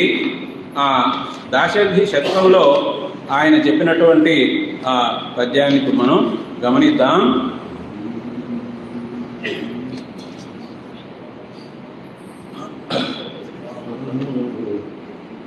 రా కలుషంబులెల్ల బయలంబడద్రోచిన మా కవాటమై కొని ప్రోచు నిక్కమని ధీయుతులెన్న తగీయ వర్ణముల్దై కొని భక్తి చే నుడువగానరుగాక విపత్పరంపరల్ దాకొనునే జగజ్జనుల దాశరథి కరుణాపయోనిధి. రా అన్నప్పుడు కలుషాలు వెలుపలికి వస్తున్నాయి దోషాలు. మా అంటే కవాటం అయిపోతుంది కాబట్టి లోపలికి పోవడం లేదు. ఈ విషయాన్ని తెలుసుకొని మానవులు రామనామాన్ని పలికితే ఎంత బాగుంటుంది, అందరూ పలకడం లేదే, పలకాలి అని ఆవేదన వ్యక్తం చేస్తూ ఉన్నాడు కంచర్ల గోపన్న.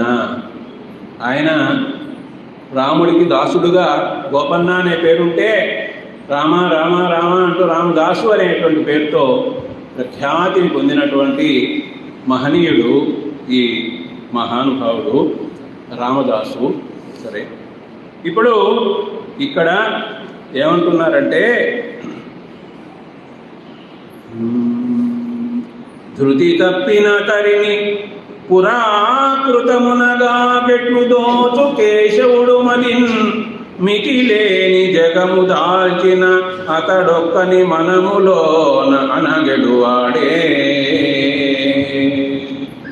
భగవన్నామం అనేటువంటిది చివరి క్షణంలో గుర్తుకు రావాలి అంటే అది సాధారణమైనటువంటి విషయం కాదు. ఎలాంటిది? పూర్వజన్మలో చేసుకున్నటువంటి పుణ్య విశేషం కారణంగానే.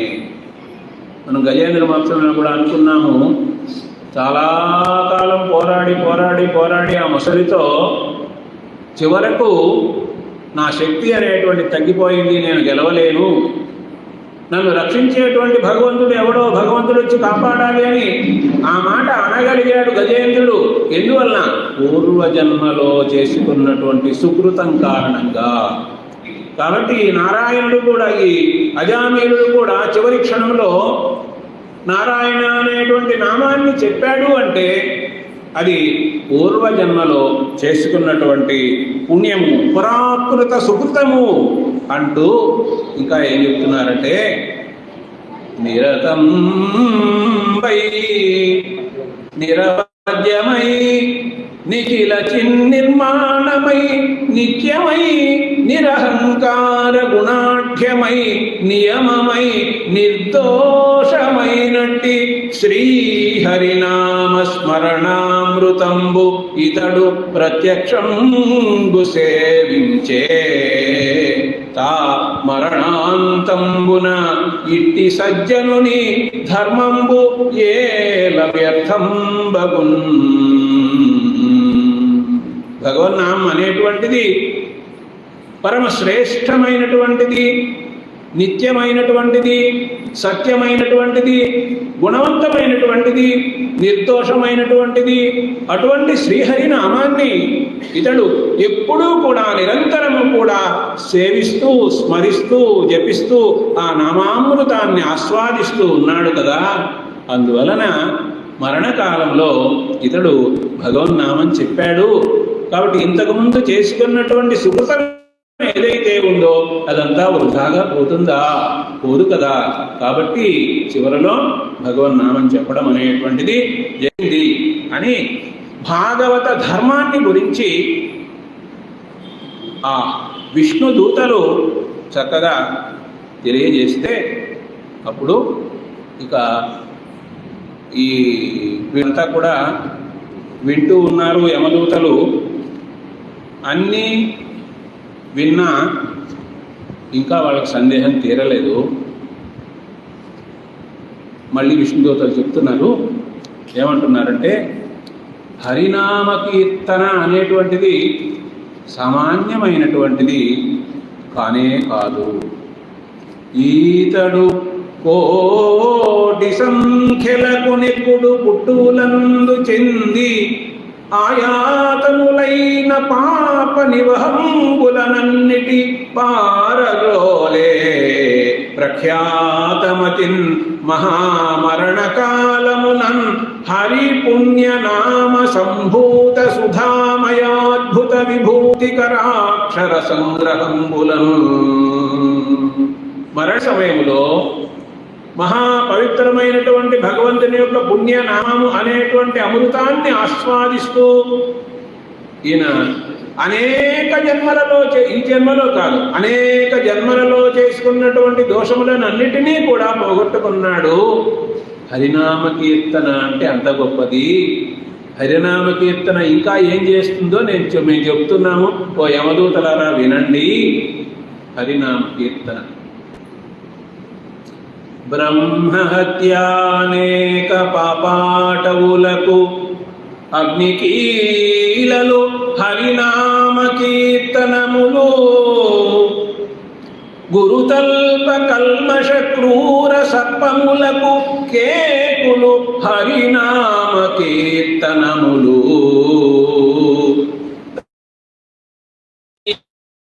చౌర్య సంతపసంబునకు కిరణముల్ హరినామ కీర్తనములో మధుపాన కిల్బిష మదనాగ సమితికి హరినామ కీర్తనములో మహిత యోగ నిత్య సమాధి నిధుల నలరు బ్రహ్మాది సురలకు అందరాని భూరి నిర్వాణ సామ్రాజ్య భోగ భాగ్య ఖేళనంబులు హరినామ కీర్తనములు.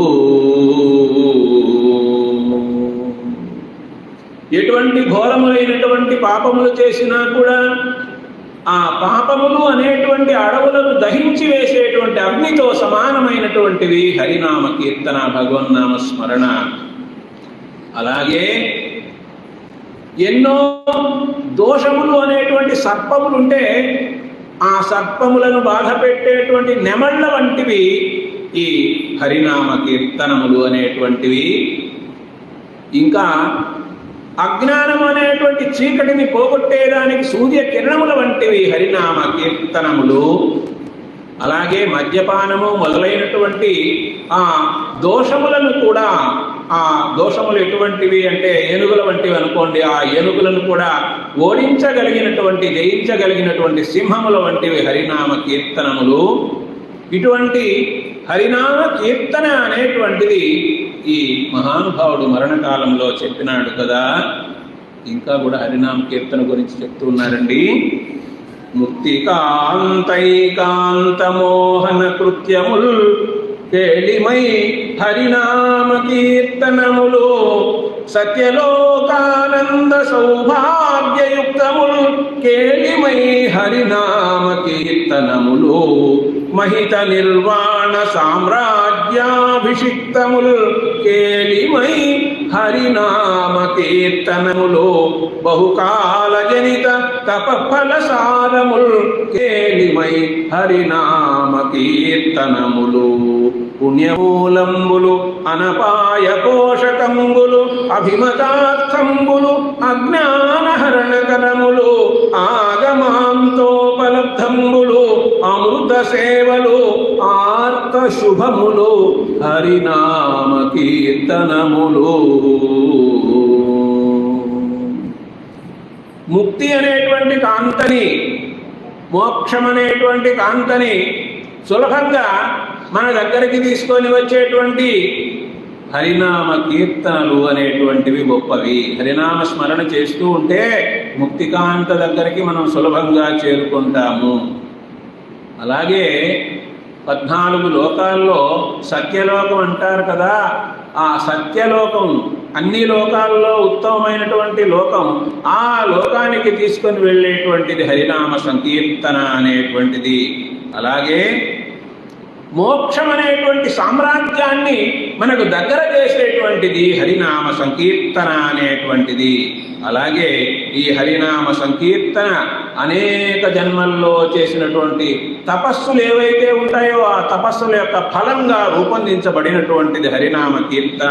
పుణ్యమును కలిగించేటువంటిది హరినామ కీర్తన, కష్టములను తొలగించేటువంటిది హరినామ కీర్తన, మన కోరికలన్నీ తీర్చేటువంటిది హరినామ కీర్తన, అజ్ఞానమును తొలగించేటువంటిది, విజ్ఞానాన్ని కలిగించేటువంటిది, ఎప్పుడూ కూడా ఆర్తులైనటువంటి వారికి శుభములను కలిగించేటువంటిది హరినామ కీర్తన అని వాళ్ళు చెబుతూ ఉన్నారు. ఆ విష్ణు దూతలు యమదూతలకి ఆ విధంగా విషయాన్ని చెబుతూ ఇంకా ఏమంటూ ఉన్నారో చూడండి. ఆ యమదూతలతో, ఓ యమదూతలారా, కామంబు పుణ్యమార్గస్థే మంబు మునీంద్ర సాంద్ర చేత సరసీధామంబు విష్ణు నిర్మల నామంబు తలంచువాడు నాథుడుగాడే. భగవన్నామము, విష్ణు యొక్క నామం ఎవరైతే జపిస్తూ ఉంటారో అది కోరికలను ఫలింపజేసేటువంటిది, పుణ్యములను కలిగించేటువంటిది, మునీంద్రుల యొక్క మనస్సుల్లో ఎప్పుడూ కూడా విహరించేటువంటిది ఆ నిర్మలమైనటువంటి నామము. భగవన్నామం చేస్తే మనం ఇంతవరకు అనుకున్నాం కదా, నేను భగవంతుని స్మరిస్తున్నాను అనేటువంటి ఆలోచన లేకపోయినా ఆ పేరు చెబితే చాలు అని. ఒక శ్లోకం ప్రత్యేకంగా ఉంది, ఆ శ్లోకాన్ని వినండి. ఆ శ్లోకంలో కూడా భగవన్నామము వాళ్ళు తెలియకుండా చెప్పారు, వాళ్ళకు ముక్తి అనేటువంటిది లభించింది. ఆ శ్లోకం చూడండి. వనే చరామః వసుచాహరామః నదీం స్తరామః నభయం స్మరామః ఇతీరయంతోపి వనేచరాస్తే ముక్తింగతాః ముక్తింగతాః రామపదానుషంగాత్. అడవిలో కొంతమంది దొంగలు వాళ్ళు మాట్లాడుకుంటూ ఉన్నారు, మనం ఈరోజు ఏం చేయాలి, ఎలా ముందుకెళ్ళాలి. బందిపోటు దొంగలు వాళ్ళు అనుకుంటూ ఉన్నారు. వనే చరామః, వనే ఈ అడవి యందు, చరామః మనం సంచరించాలి, తిరగాలి. చరామః అంటే రామ అనే పదం పలికారు. వసుచాహరామః, వసు అంటే బంగారం. వెళ్ళే వచ్చేటువంటి వాళ్ళ దగ్గర బంగారాన్ని మనం అపహరించాలి. వసుచాహరామః, రామపదం ఇంకోసారి చెప్పారు. నదీం స్తరామః, వెళ్ళేటప్పుడు నదులు వస్తాయి, వాటిని దాటాలి. తరామః దాటడం, నదీం స్తరామః, మళ్ళీ ఇంకోసారి రామనామం చెప్పారు. నా భయం స్మరామః, మనం ఈ పనుల్లో భయం అనేటువంటిది లేకుండా ముందుకు అడుగు వేయాలి. నా భయం స్మరామః అని ఈ విధంగా రామనామం చెబుతూ ఉన్నారు. వాళ్ళకి తెలియదు రామనామం అంటున్నట్టు. సంస్కృతంలో ఉన్నటువంటి చమత్కారము. ఆ మాటలు మాట్లాడుతూ ఉంటే పిల్లిగేదో పడింది, నలుగురు చనిపోయారు.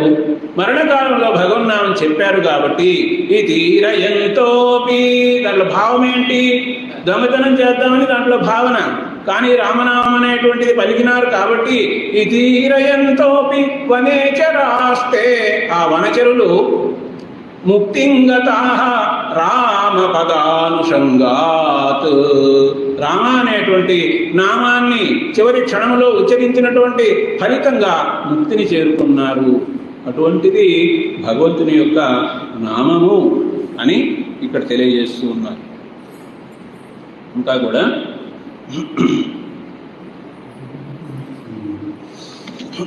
అందువలన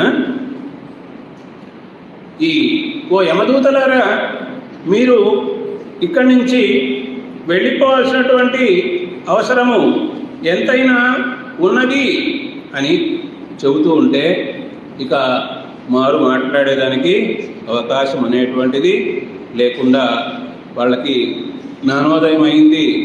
అందువలన వాళ్ళు బయలుదేరేదానికి సిద్ధమయ్యారు. అయితే ఆ సమయంలో భాగవత ధర్మం అంతా విష్ణుదూతలు నిర్ణయించారు కాబట్టి యమదూతలు ఏం చేశారు, అంతకుముందు యమపాశాలు వేసి బంధించారు. తీసుకుపోవడానికి యమపాశ బంధం తొలగిపోయింది.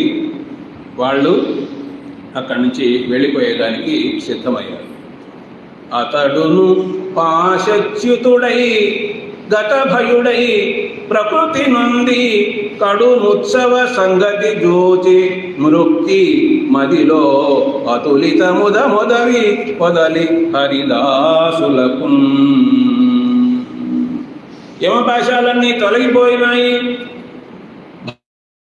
భయం అనేటువంటిది తొలగిపోయింది. భయంకరమైన ఆకారంలో ఉండేటువంటి యమదూతలు దూరంగా వెళ్ళిపోయారు. ఎంతో ఆనందంగా ఉంది.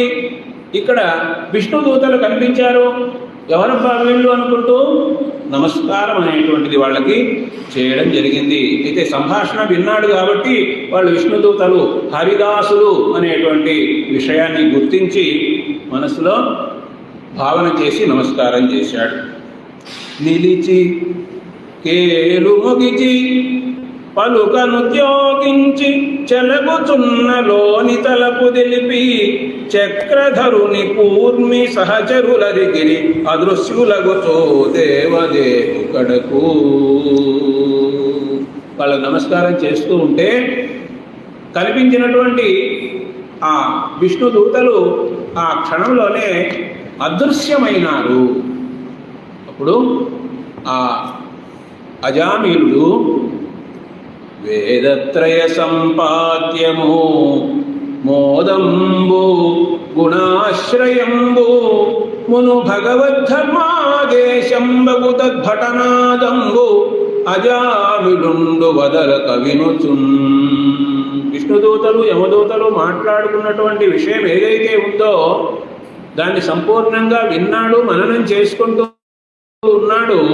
అందులో ఉన్నటువంటి విషయం ఏమిటి? వేదములో ప్రతిపాదింపబడినటువంటి విషయమే, అందరికీ శుభమును కలిగించేటువంటి విషయమే.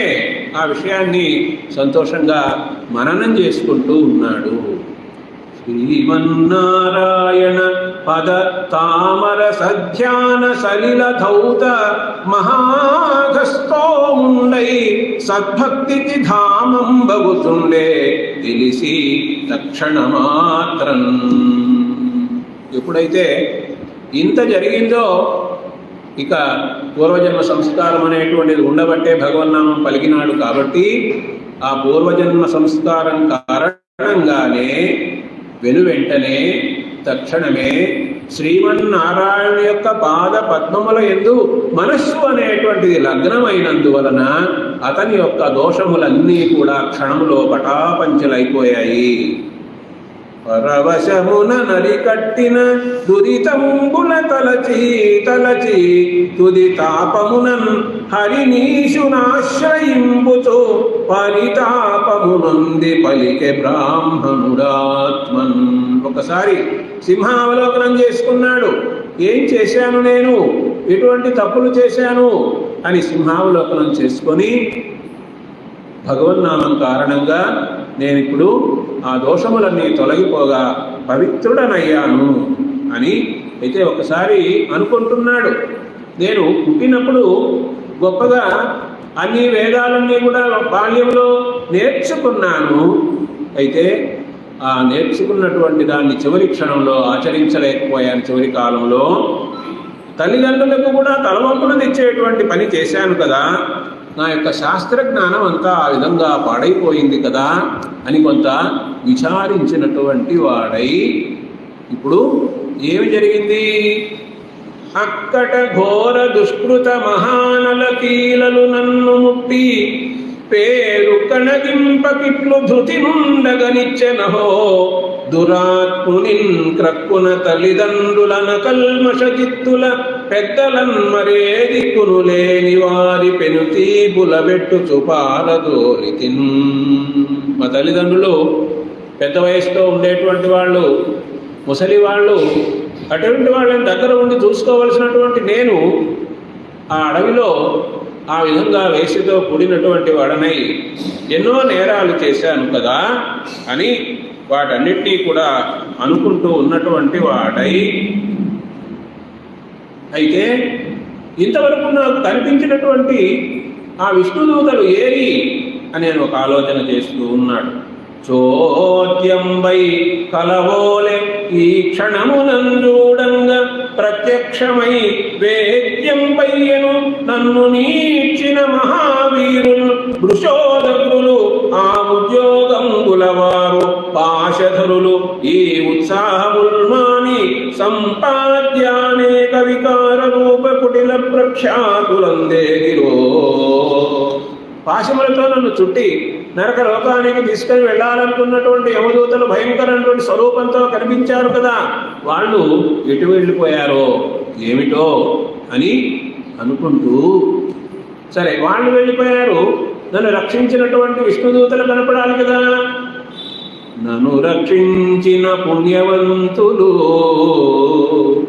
కనన్నాళీక పత్రాక్షులు అంజన సంకాశులు శంఖ చక్రధరులు ఆజానూరు బాహుల్ స్మితాననులు ఆలంబిత కన్నవేష్టన సువర్ణఛాయ దివ్యాంబరుల్ ఘన కారుణ్య రసైక పూర్ణులు సమగ్ర స్ఫూర్తిని ఎందేగిరో.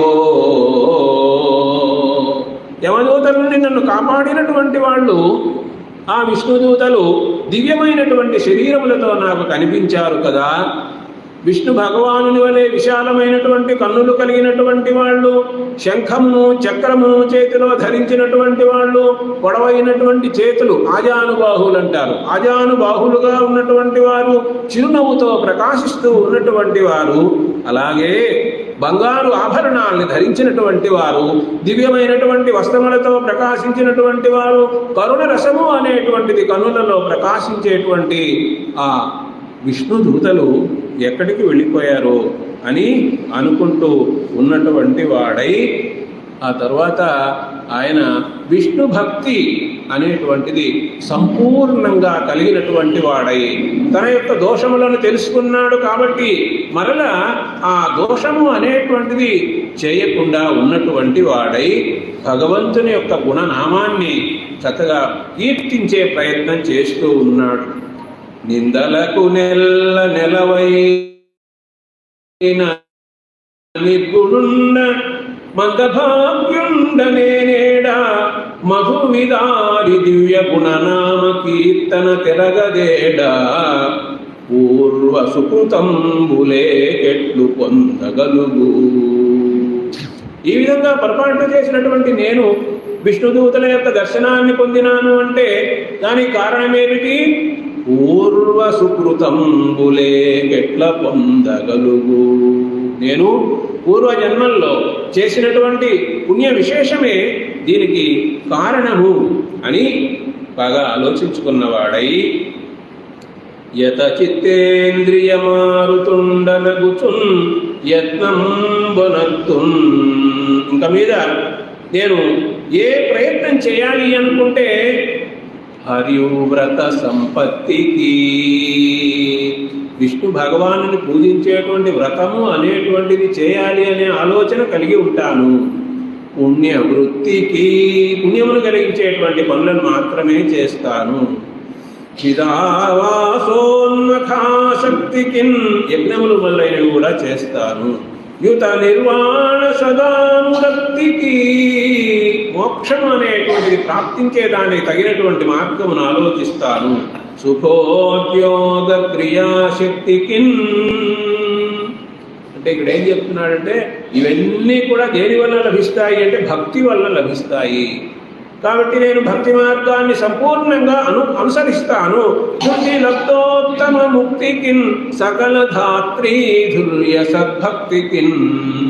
విష్ణు భగవానుని ఎడల భక్తి మార్గాన్ని నేను సంపూర్ణంగా అనుసరిస్తాను. భగవంతుని చేరుకునేదానికి ఉండేటువంటి మార్గములు జ్ఞాన మార్గము, యోగ మార్గము, రాజమార్గము, భక్తి మార్గము ఇలా ఉన్నాయి కదా.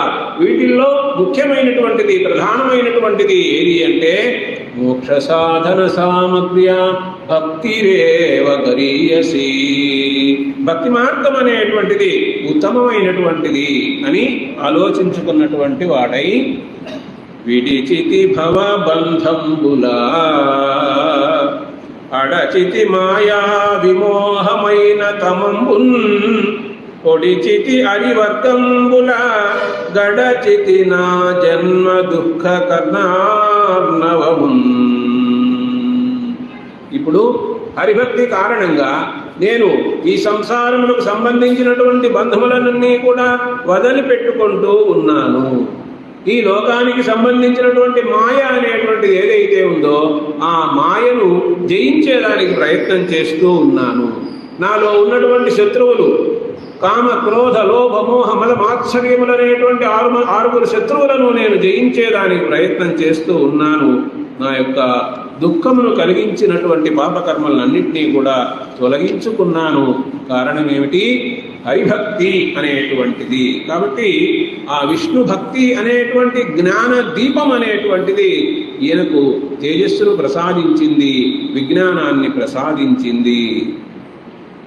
భగవద్ధర్మపరాయణోత్తముల సంభాషైక మంత్రంబులన్ మిగులన్ జ్ఞానము బుట్ట మోహభవ సమ్మిశ్రాత్మబంధములంతెగ ఖండించి సబంధు మిత్ర సుత పత్ని మోహ విశ్రాంతుడై జగతీనాథు రమేషు కృష్ణుని దయైశ్వర్యంబులన్ కోరుచున్. ఏం చేశాడు ఈ అజామిలుడు అంటే ఆ విష్ణు దూతలు చెప్పినటువంటి భగవన్నామము అనేటువంటి మంత్రాన్ని చక్కగా పట్టుకున్నాడు. ఆ భగవన్నామం అనేటువంటిది సంపూర్ణంగా తెలుసుకున్నాడు, జపించేదానికి, స్మరణ చేసేదానికి. కాబట్టి మోహము అనేటువంటి దాన్ని వదులుకున్నటువంటి వాడై కృష్ణుని యొక్క భక్తి అనేటువంటి ఐశ్వర్యం నాకు కావాలి అని కోరుకుంటూ ఉన్నాడు. ఇటువంటి ఈ అజామీనుడు చెప్పేటువంటి మాటలు ఆయన యొక్క అనుభవ సారం ఏమిటి, భక్తి అనేటువంటిది మనకి ఏమి ప్రసాదిస్తుంది అనేటువంటి విషయాన్ని అజామీనుడు చెబుతున్నాడు.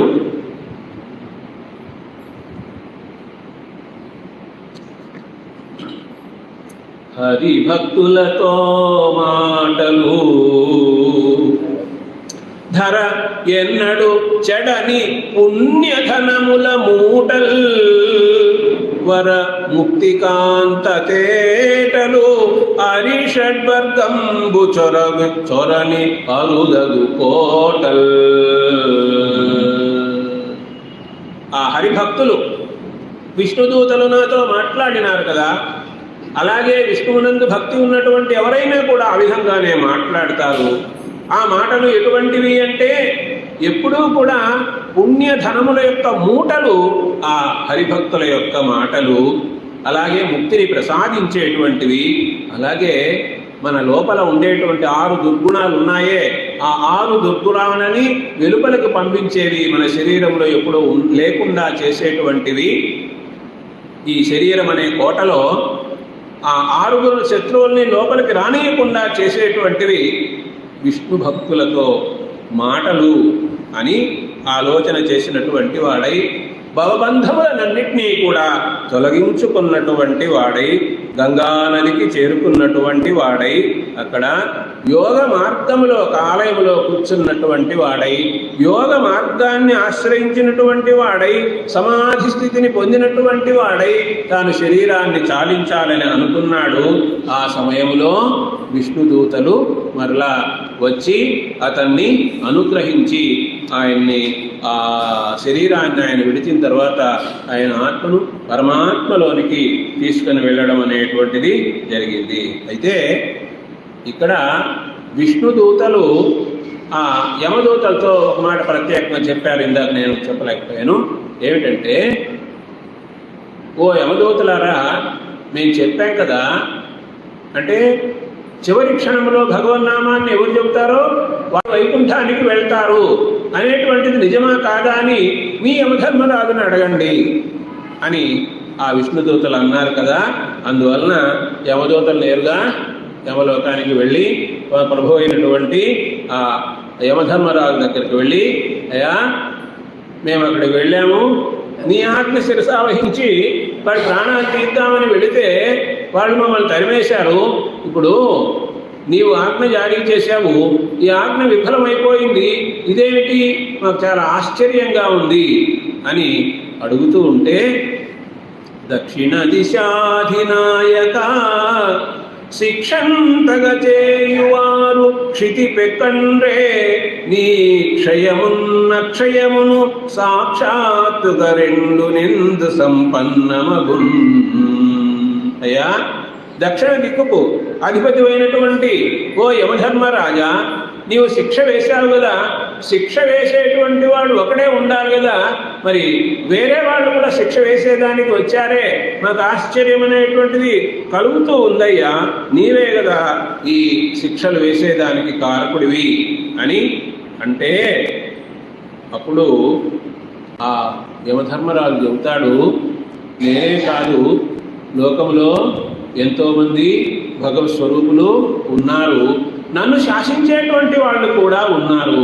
ఒక వస్త్రంలో మనకు నూలు అనేటువంటిది విడిగా కనపడదు కదా, ఆ విధంగా ప్రపంచమంతా కూడా వ్యాపించి ఉన్నటువంటి విష్ణు భగవానుడు ఉన్నాడు, ఆయన అందరికంటే కూడా గొప్పవాడు అని విష్ణు భగవాను యొక్క గొప్పతనం అనేటువంటిది చెబుతూ, నామ సంకీర్తన అనేటువంటిది చాలా గొప్పది అనేటువంటి విషయాన్ని ఆ యమదూతలందరికీ కూడా చక్కగా తెలియజెప్పి, వరముని భక్తలోక పరిపాలనశీలుని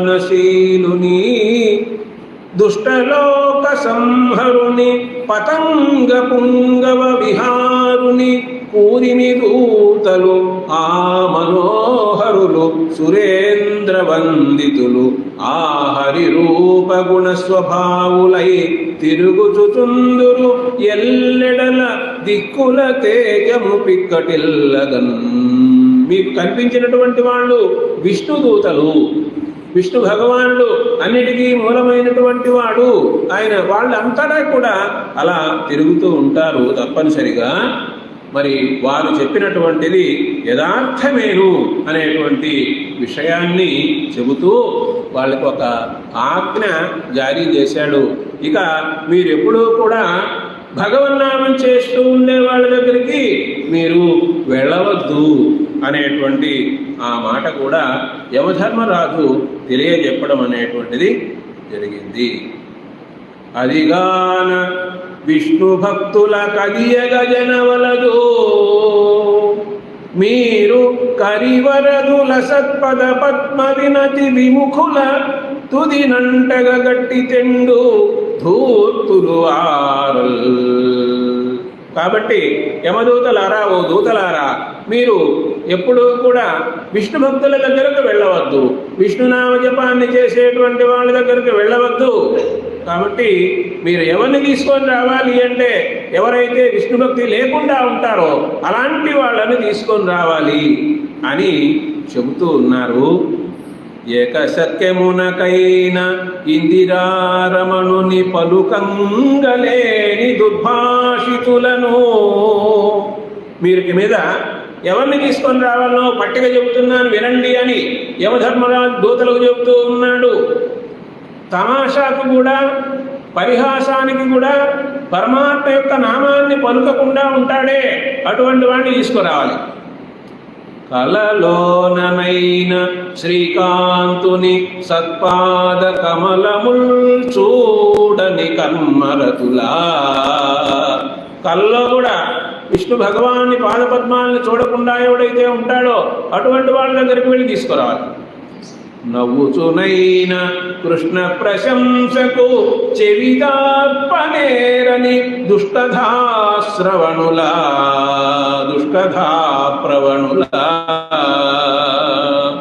కృష్ణుని గురించి గొప్పగా అందరూ కూడా ప్రశంస చేస్తూ ఉంటే ఏదో చెబుతున్నారు కదా, శ్రద్ధగా విందాము అని చెవి యొక్కని వాడెవతే ఉంటాడో అటువంటి వాళ్ళని తీసుకొని రావాలి. యాత్రోత్సవంబులనైన ఈశుని గుడి త్రోవ తొక్కగలేని దుష్పదులను. అంతా తిరుగుతూ ఉంటారు కానీ దేవాలయం అనేటువంటిది కనిపించినప్పుడు అందులోకి వెళ్ళి ఆ భగవంతుని యొక్క దివ్యమంగళ స్వరూపాన్ని చూసి నమస్కారం చేద్దామనేటువంటి భావన లేకుండా ఉండేటువంటి వాళ్ళెవరో అటువంటి వాళ్ళని తీసుకొని రావాలి. పరమ భాగవతుల పాదధూళి సమస్త తీర్థసారమనుచు తెలియలేని వారి. భగవద్భక్తులు ఎవరైతే ఉన్నారో వాళ్ళని భాగవతులు అంటాము. పరమ భాగవతోత్తములు మనం మొన్న ప్రహ్లాద నారద పరాశర పుండరీక వ్యాసాంబరీష సుఖ శౌనక భీష్మదాభ్యాన్ రుక్మాన్ గదార్జున వశిష్ఠ అని వాళ్ళందరి పేర్లు చెప్పుకున్నాము పరమ భాగవతోత్తములని. అలాంటి భాగవతోత్తముల యొక్క పాదధూళి ఎవరైనా సరే భగవన్నామం చేస్తూ ఉండేటువంటి త్రికరణ శుద్ధిగా చిత్తశుద్ధితో భగవన్నామం చేస్తూ ఉండేటువంటి వాళ్ళ యొక్క పాదధూళిని నేను పరమ తీర్థము పరమ పవిత్రము అని నా శిరస్సు మీద ధరిస్తూ ఉంటాను. అటువంటి వాళ్ళు కాకుండా మిగిలిన వాళ్ళని పట్టి తీసుకొని రండి అని తెలియజెప్తూ ఉన్నాడు ఆ యమధర్మరాజు.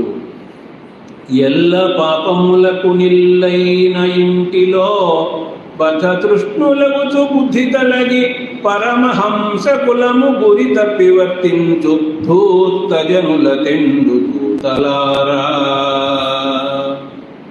మనకి ఇంతకుముందు ప్రహ్లాద చరిత్రలో కూడా వచ్చింది. ఎల్ల శరీరధారులకు ఇళ్లను చూపి చీకటి నూతిలో బడింద్రెళ్ళక. ఈ చీకటి నూయి లాంటిది ఈ ఇల్లు సంసారము అనేటువంటి విషయాన్ని తెలుసుకోకుండా ఉంటే వాళ్ళు దుష్టాత్ములు అవుతారు. అటువంటి వాళ్ళని తీసుకొని రావాలి. అరయతనదు జిహ్వ హరిపేరు నుడువదు చిత్తమతని పాద చింతజనదు తలపతమకు ముక్తి తంగెటియున్నకో సకల విష్ణు భక్తులకు ఓలే. భగవన్నామాన్ని ఎప్పుడు పలుకుతూ ఉండాలి. భగవంతుని పాద పద్మములయందు మనస్సు ఎప్పుడు లగ్నం చేయాలి. అలా చేయకపోతే అలాంటి వాళ్ళకి ముక్తి అనేటువంటిది లభించదు. ఇంకా కూడా హరిభక్తి గురించి చెబుతున్నారు. పద్మనయను మీది భక్తి యోగం వెల్ల ముక్తి యోగమనుచు మొదలెరుంగు వారి వారి వారి చేరిన వారి త్రోవబోవలదు దూతలారా. పద్మాక్షుడైనటువంటి విష్ణు భగవానునికి సేవ చేసేటువంటి భక్తి యోగం ఏదైతే ఉందో అదే ముక్తి యోగము. భక్తి యోగమే ముక్తి యోగము. కాబట్టి ఎవరైతే భక్తులు ఉన్నారో అటువంటి వాళ్ళతో సహవాసం చేసేటువంటి వాళ్ళ దగ్గరకు కూడా వెళ్ళవద్దు. వాళ్ళ స్నేహితుల దగ్గరకు కూడా వెళ్ళొచ్చు. చెప్తున్నా చూడండి. ముక్తి యోగమనుచు మొదలెరుంగు వారి వారి వారి వారి చేరిన వారి త్రోవ పోవలదు దూతలారా. ఈ విధంగా ఆ అజామిలుని యొక్క కథను చెబుతూ శ్రీకృష్ణనామ సంకీర్తనంబు జగన్మంగళం బనియు. లోకానికంతా మంగళప్రదమైనటువంటిది జగన్మోహనమైనటువంటిది కృష్ణనామ సంకీర్తన జగజ్జేగీయమాయమైనటువంటిది మాయా అనేటువంటి దాన్ని తొలగించేటువంటిది అలాగే ఎంతో పవిత్రమైనటువంటిది అని తెలియజెప్తూ ఉన్నారు. ఈ శుకమహర్షి ఏం చెబుతారంటే ఈ అజామిలోపాఖ్యం అనేటువంటి కథను అగస్త్య మహర్షి తనకు చెప్పినట్ట. మరి ఆ శుకమహర్షి ఆ పరీక్షణ్ మహారాజుకి ఈ విధంగా తెలియజెప్పారు. కాబట్టి భగవన్నామాన్ని మనం ఎప్పుడూ కూడా తప్పనిసరిగా పలుకుతూ ఉన్నట్లయితే తప్పనిసరిగా మనకు భగవద్ అనుగ్రహం అనేటువంటిది కలుగుతుంది. అందువలన ఇక యమ దూతల యొక్క బాధ అనేటువంటిది అవసరమే ఉండదు.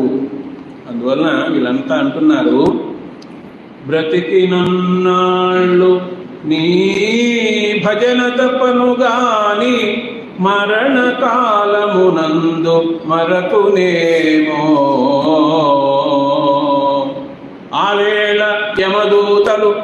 ఆగ్రహంగున వచ్చి ప్రాణముల్ పెకలించి పట్టునప్పుడు కపవాత పైద్యముల్ గప్పగా భ్రమచేత కంపముద్భవమంది కష్టపడుచు నా జిహ్వతో నిన్ను నారాయణాయంచు పిలుతునో శ్రమచేత పిలువలేనో నాటికి ఇప్పుడే భక్తి నీ నామ భజన తలచెదను చెవిని వినవయ్య ధైర్యముగను భూషణ వికాస శ్రీధర్మపుర నివాస దుష్ట సంహార నరసింహ దురిత దూదా.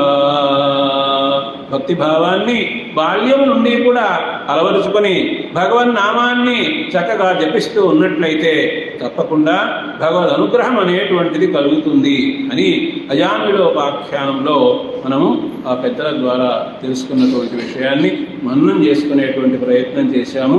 ఈ అవకాశాన్ని మరి భాగవత సప్తాహంలో 4వ రోజు పూర్తయింది. మరి రేపటి రోజున వామన చరిత్ర, ఆ తరువాత కృష్ణ లీలలు, ఆ తరువాత ఆదివారం నాడు ప్రత్యేకంగా రుక్మిణీ కళ్యాణం అనేటువంటి కథ.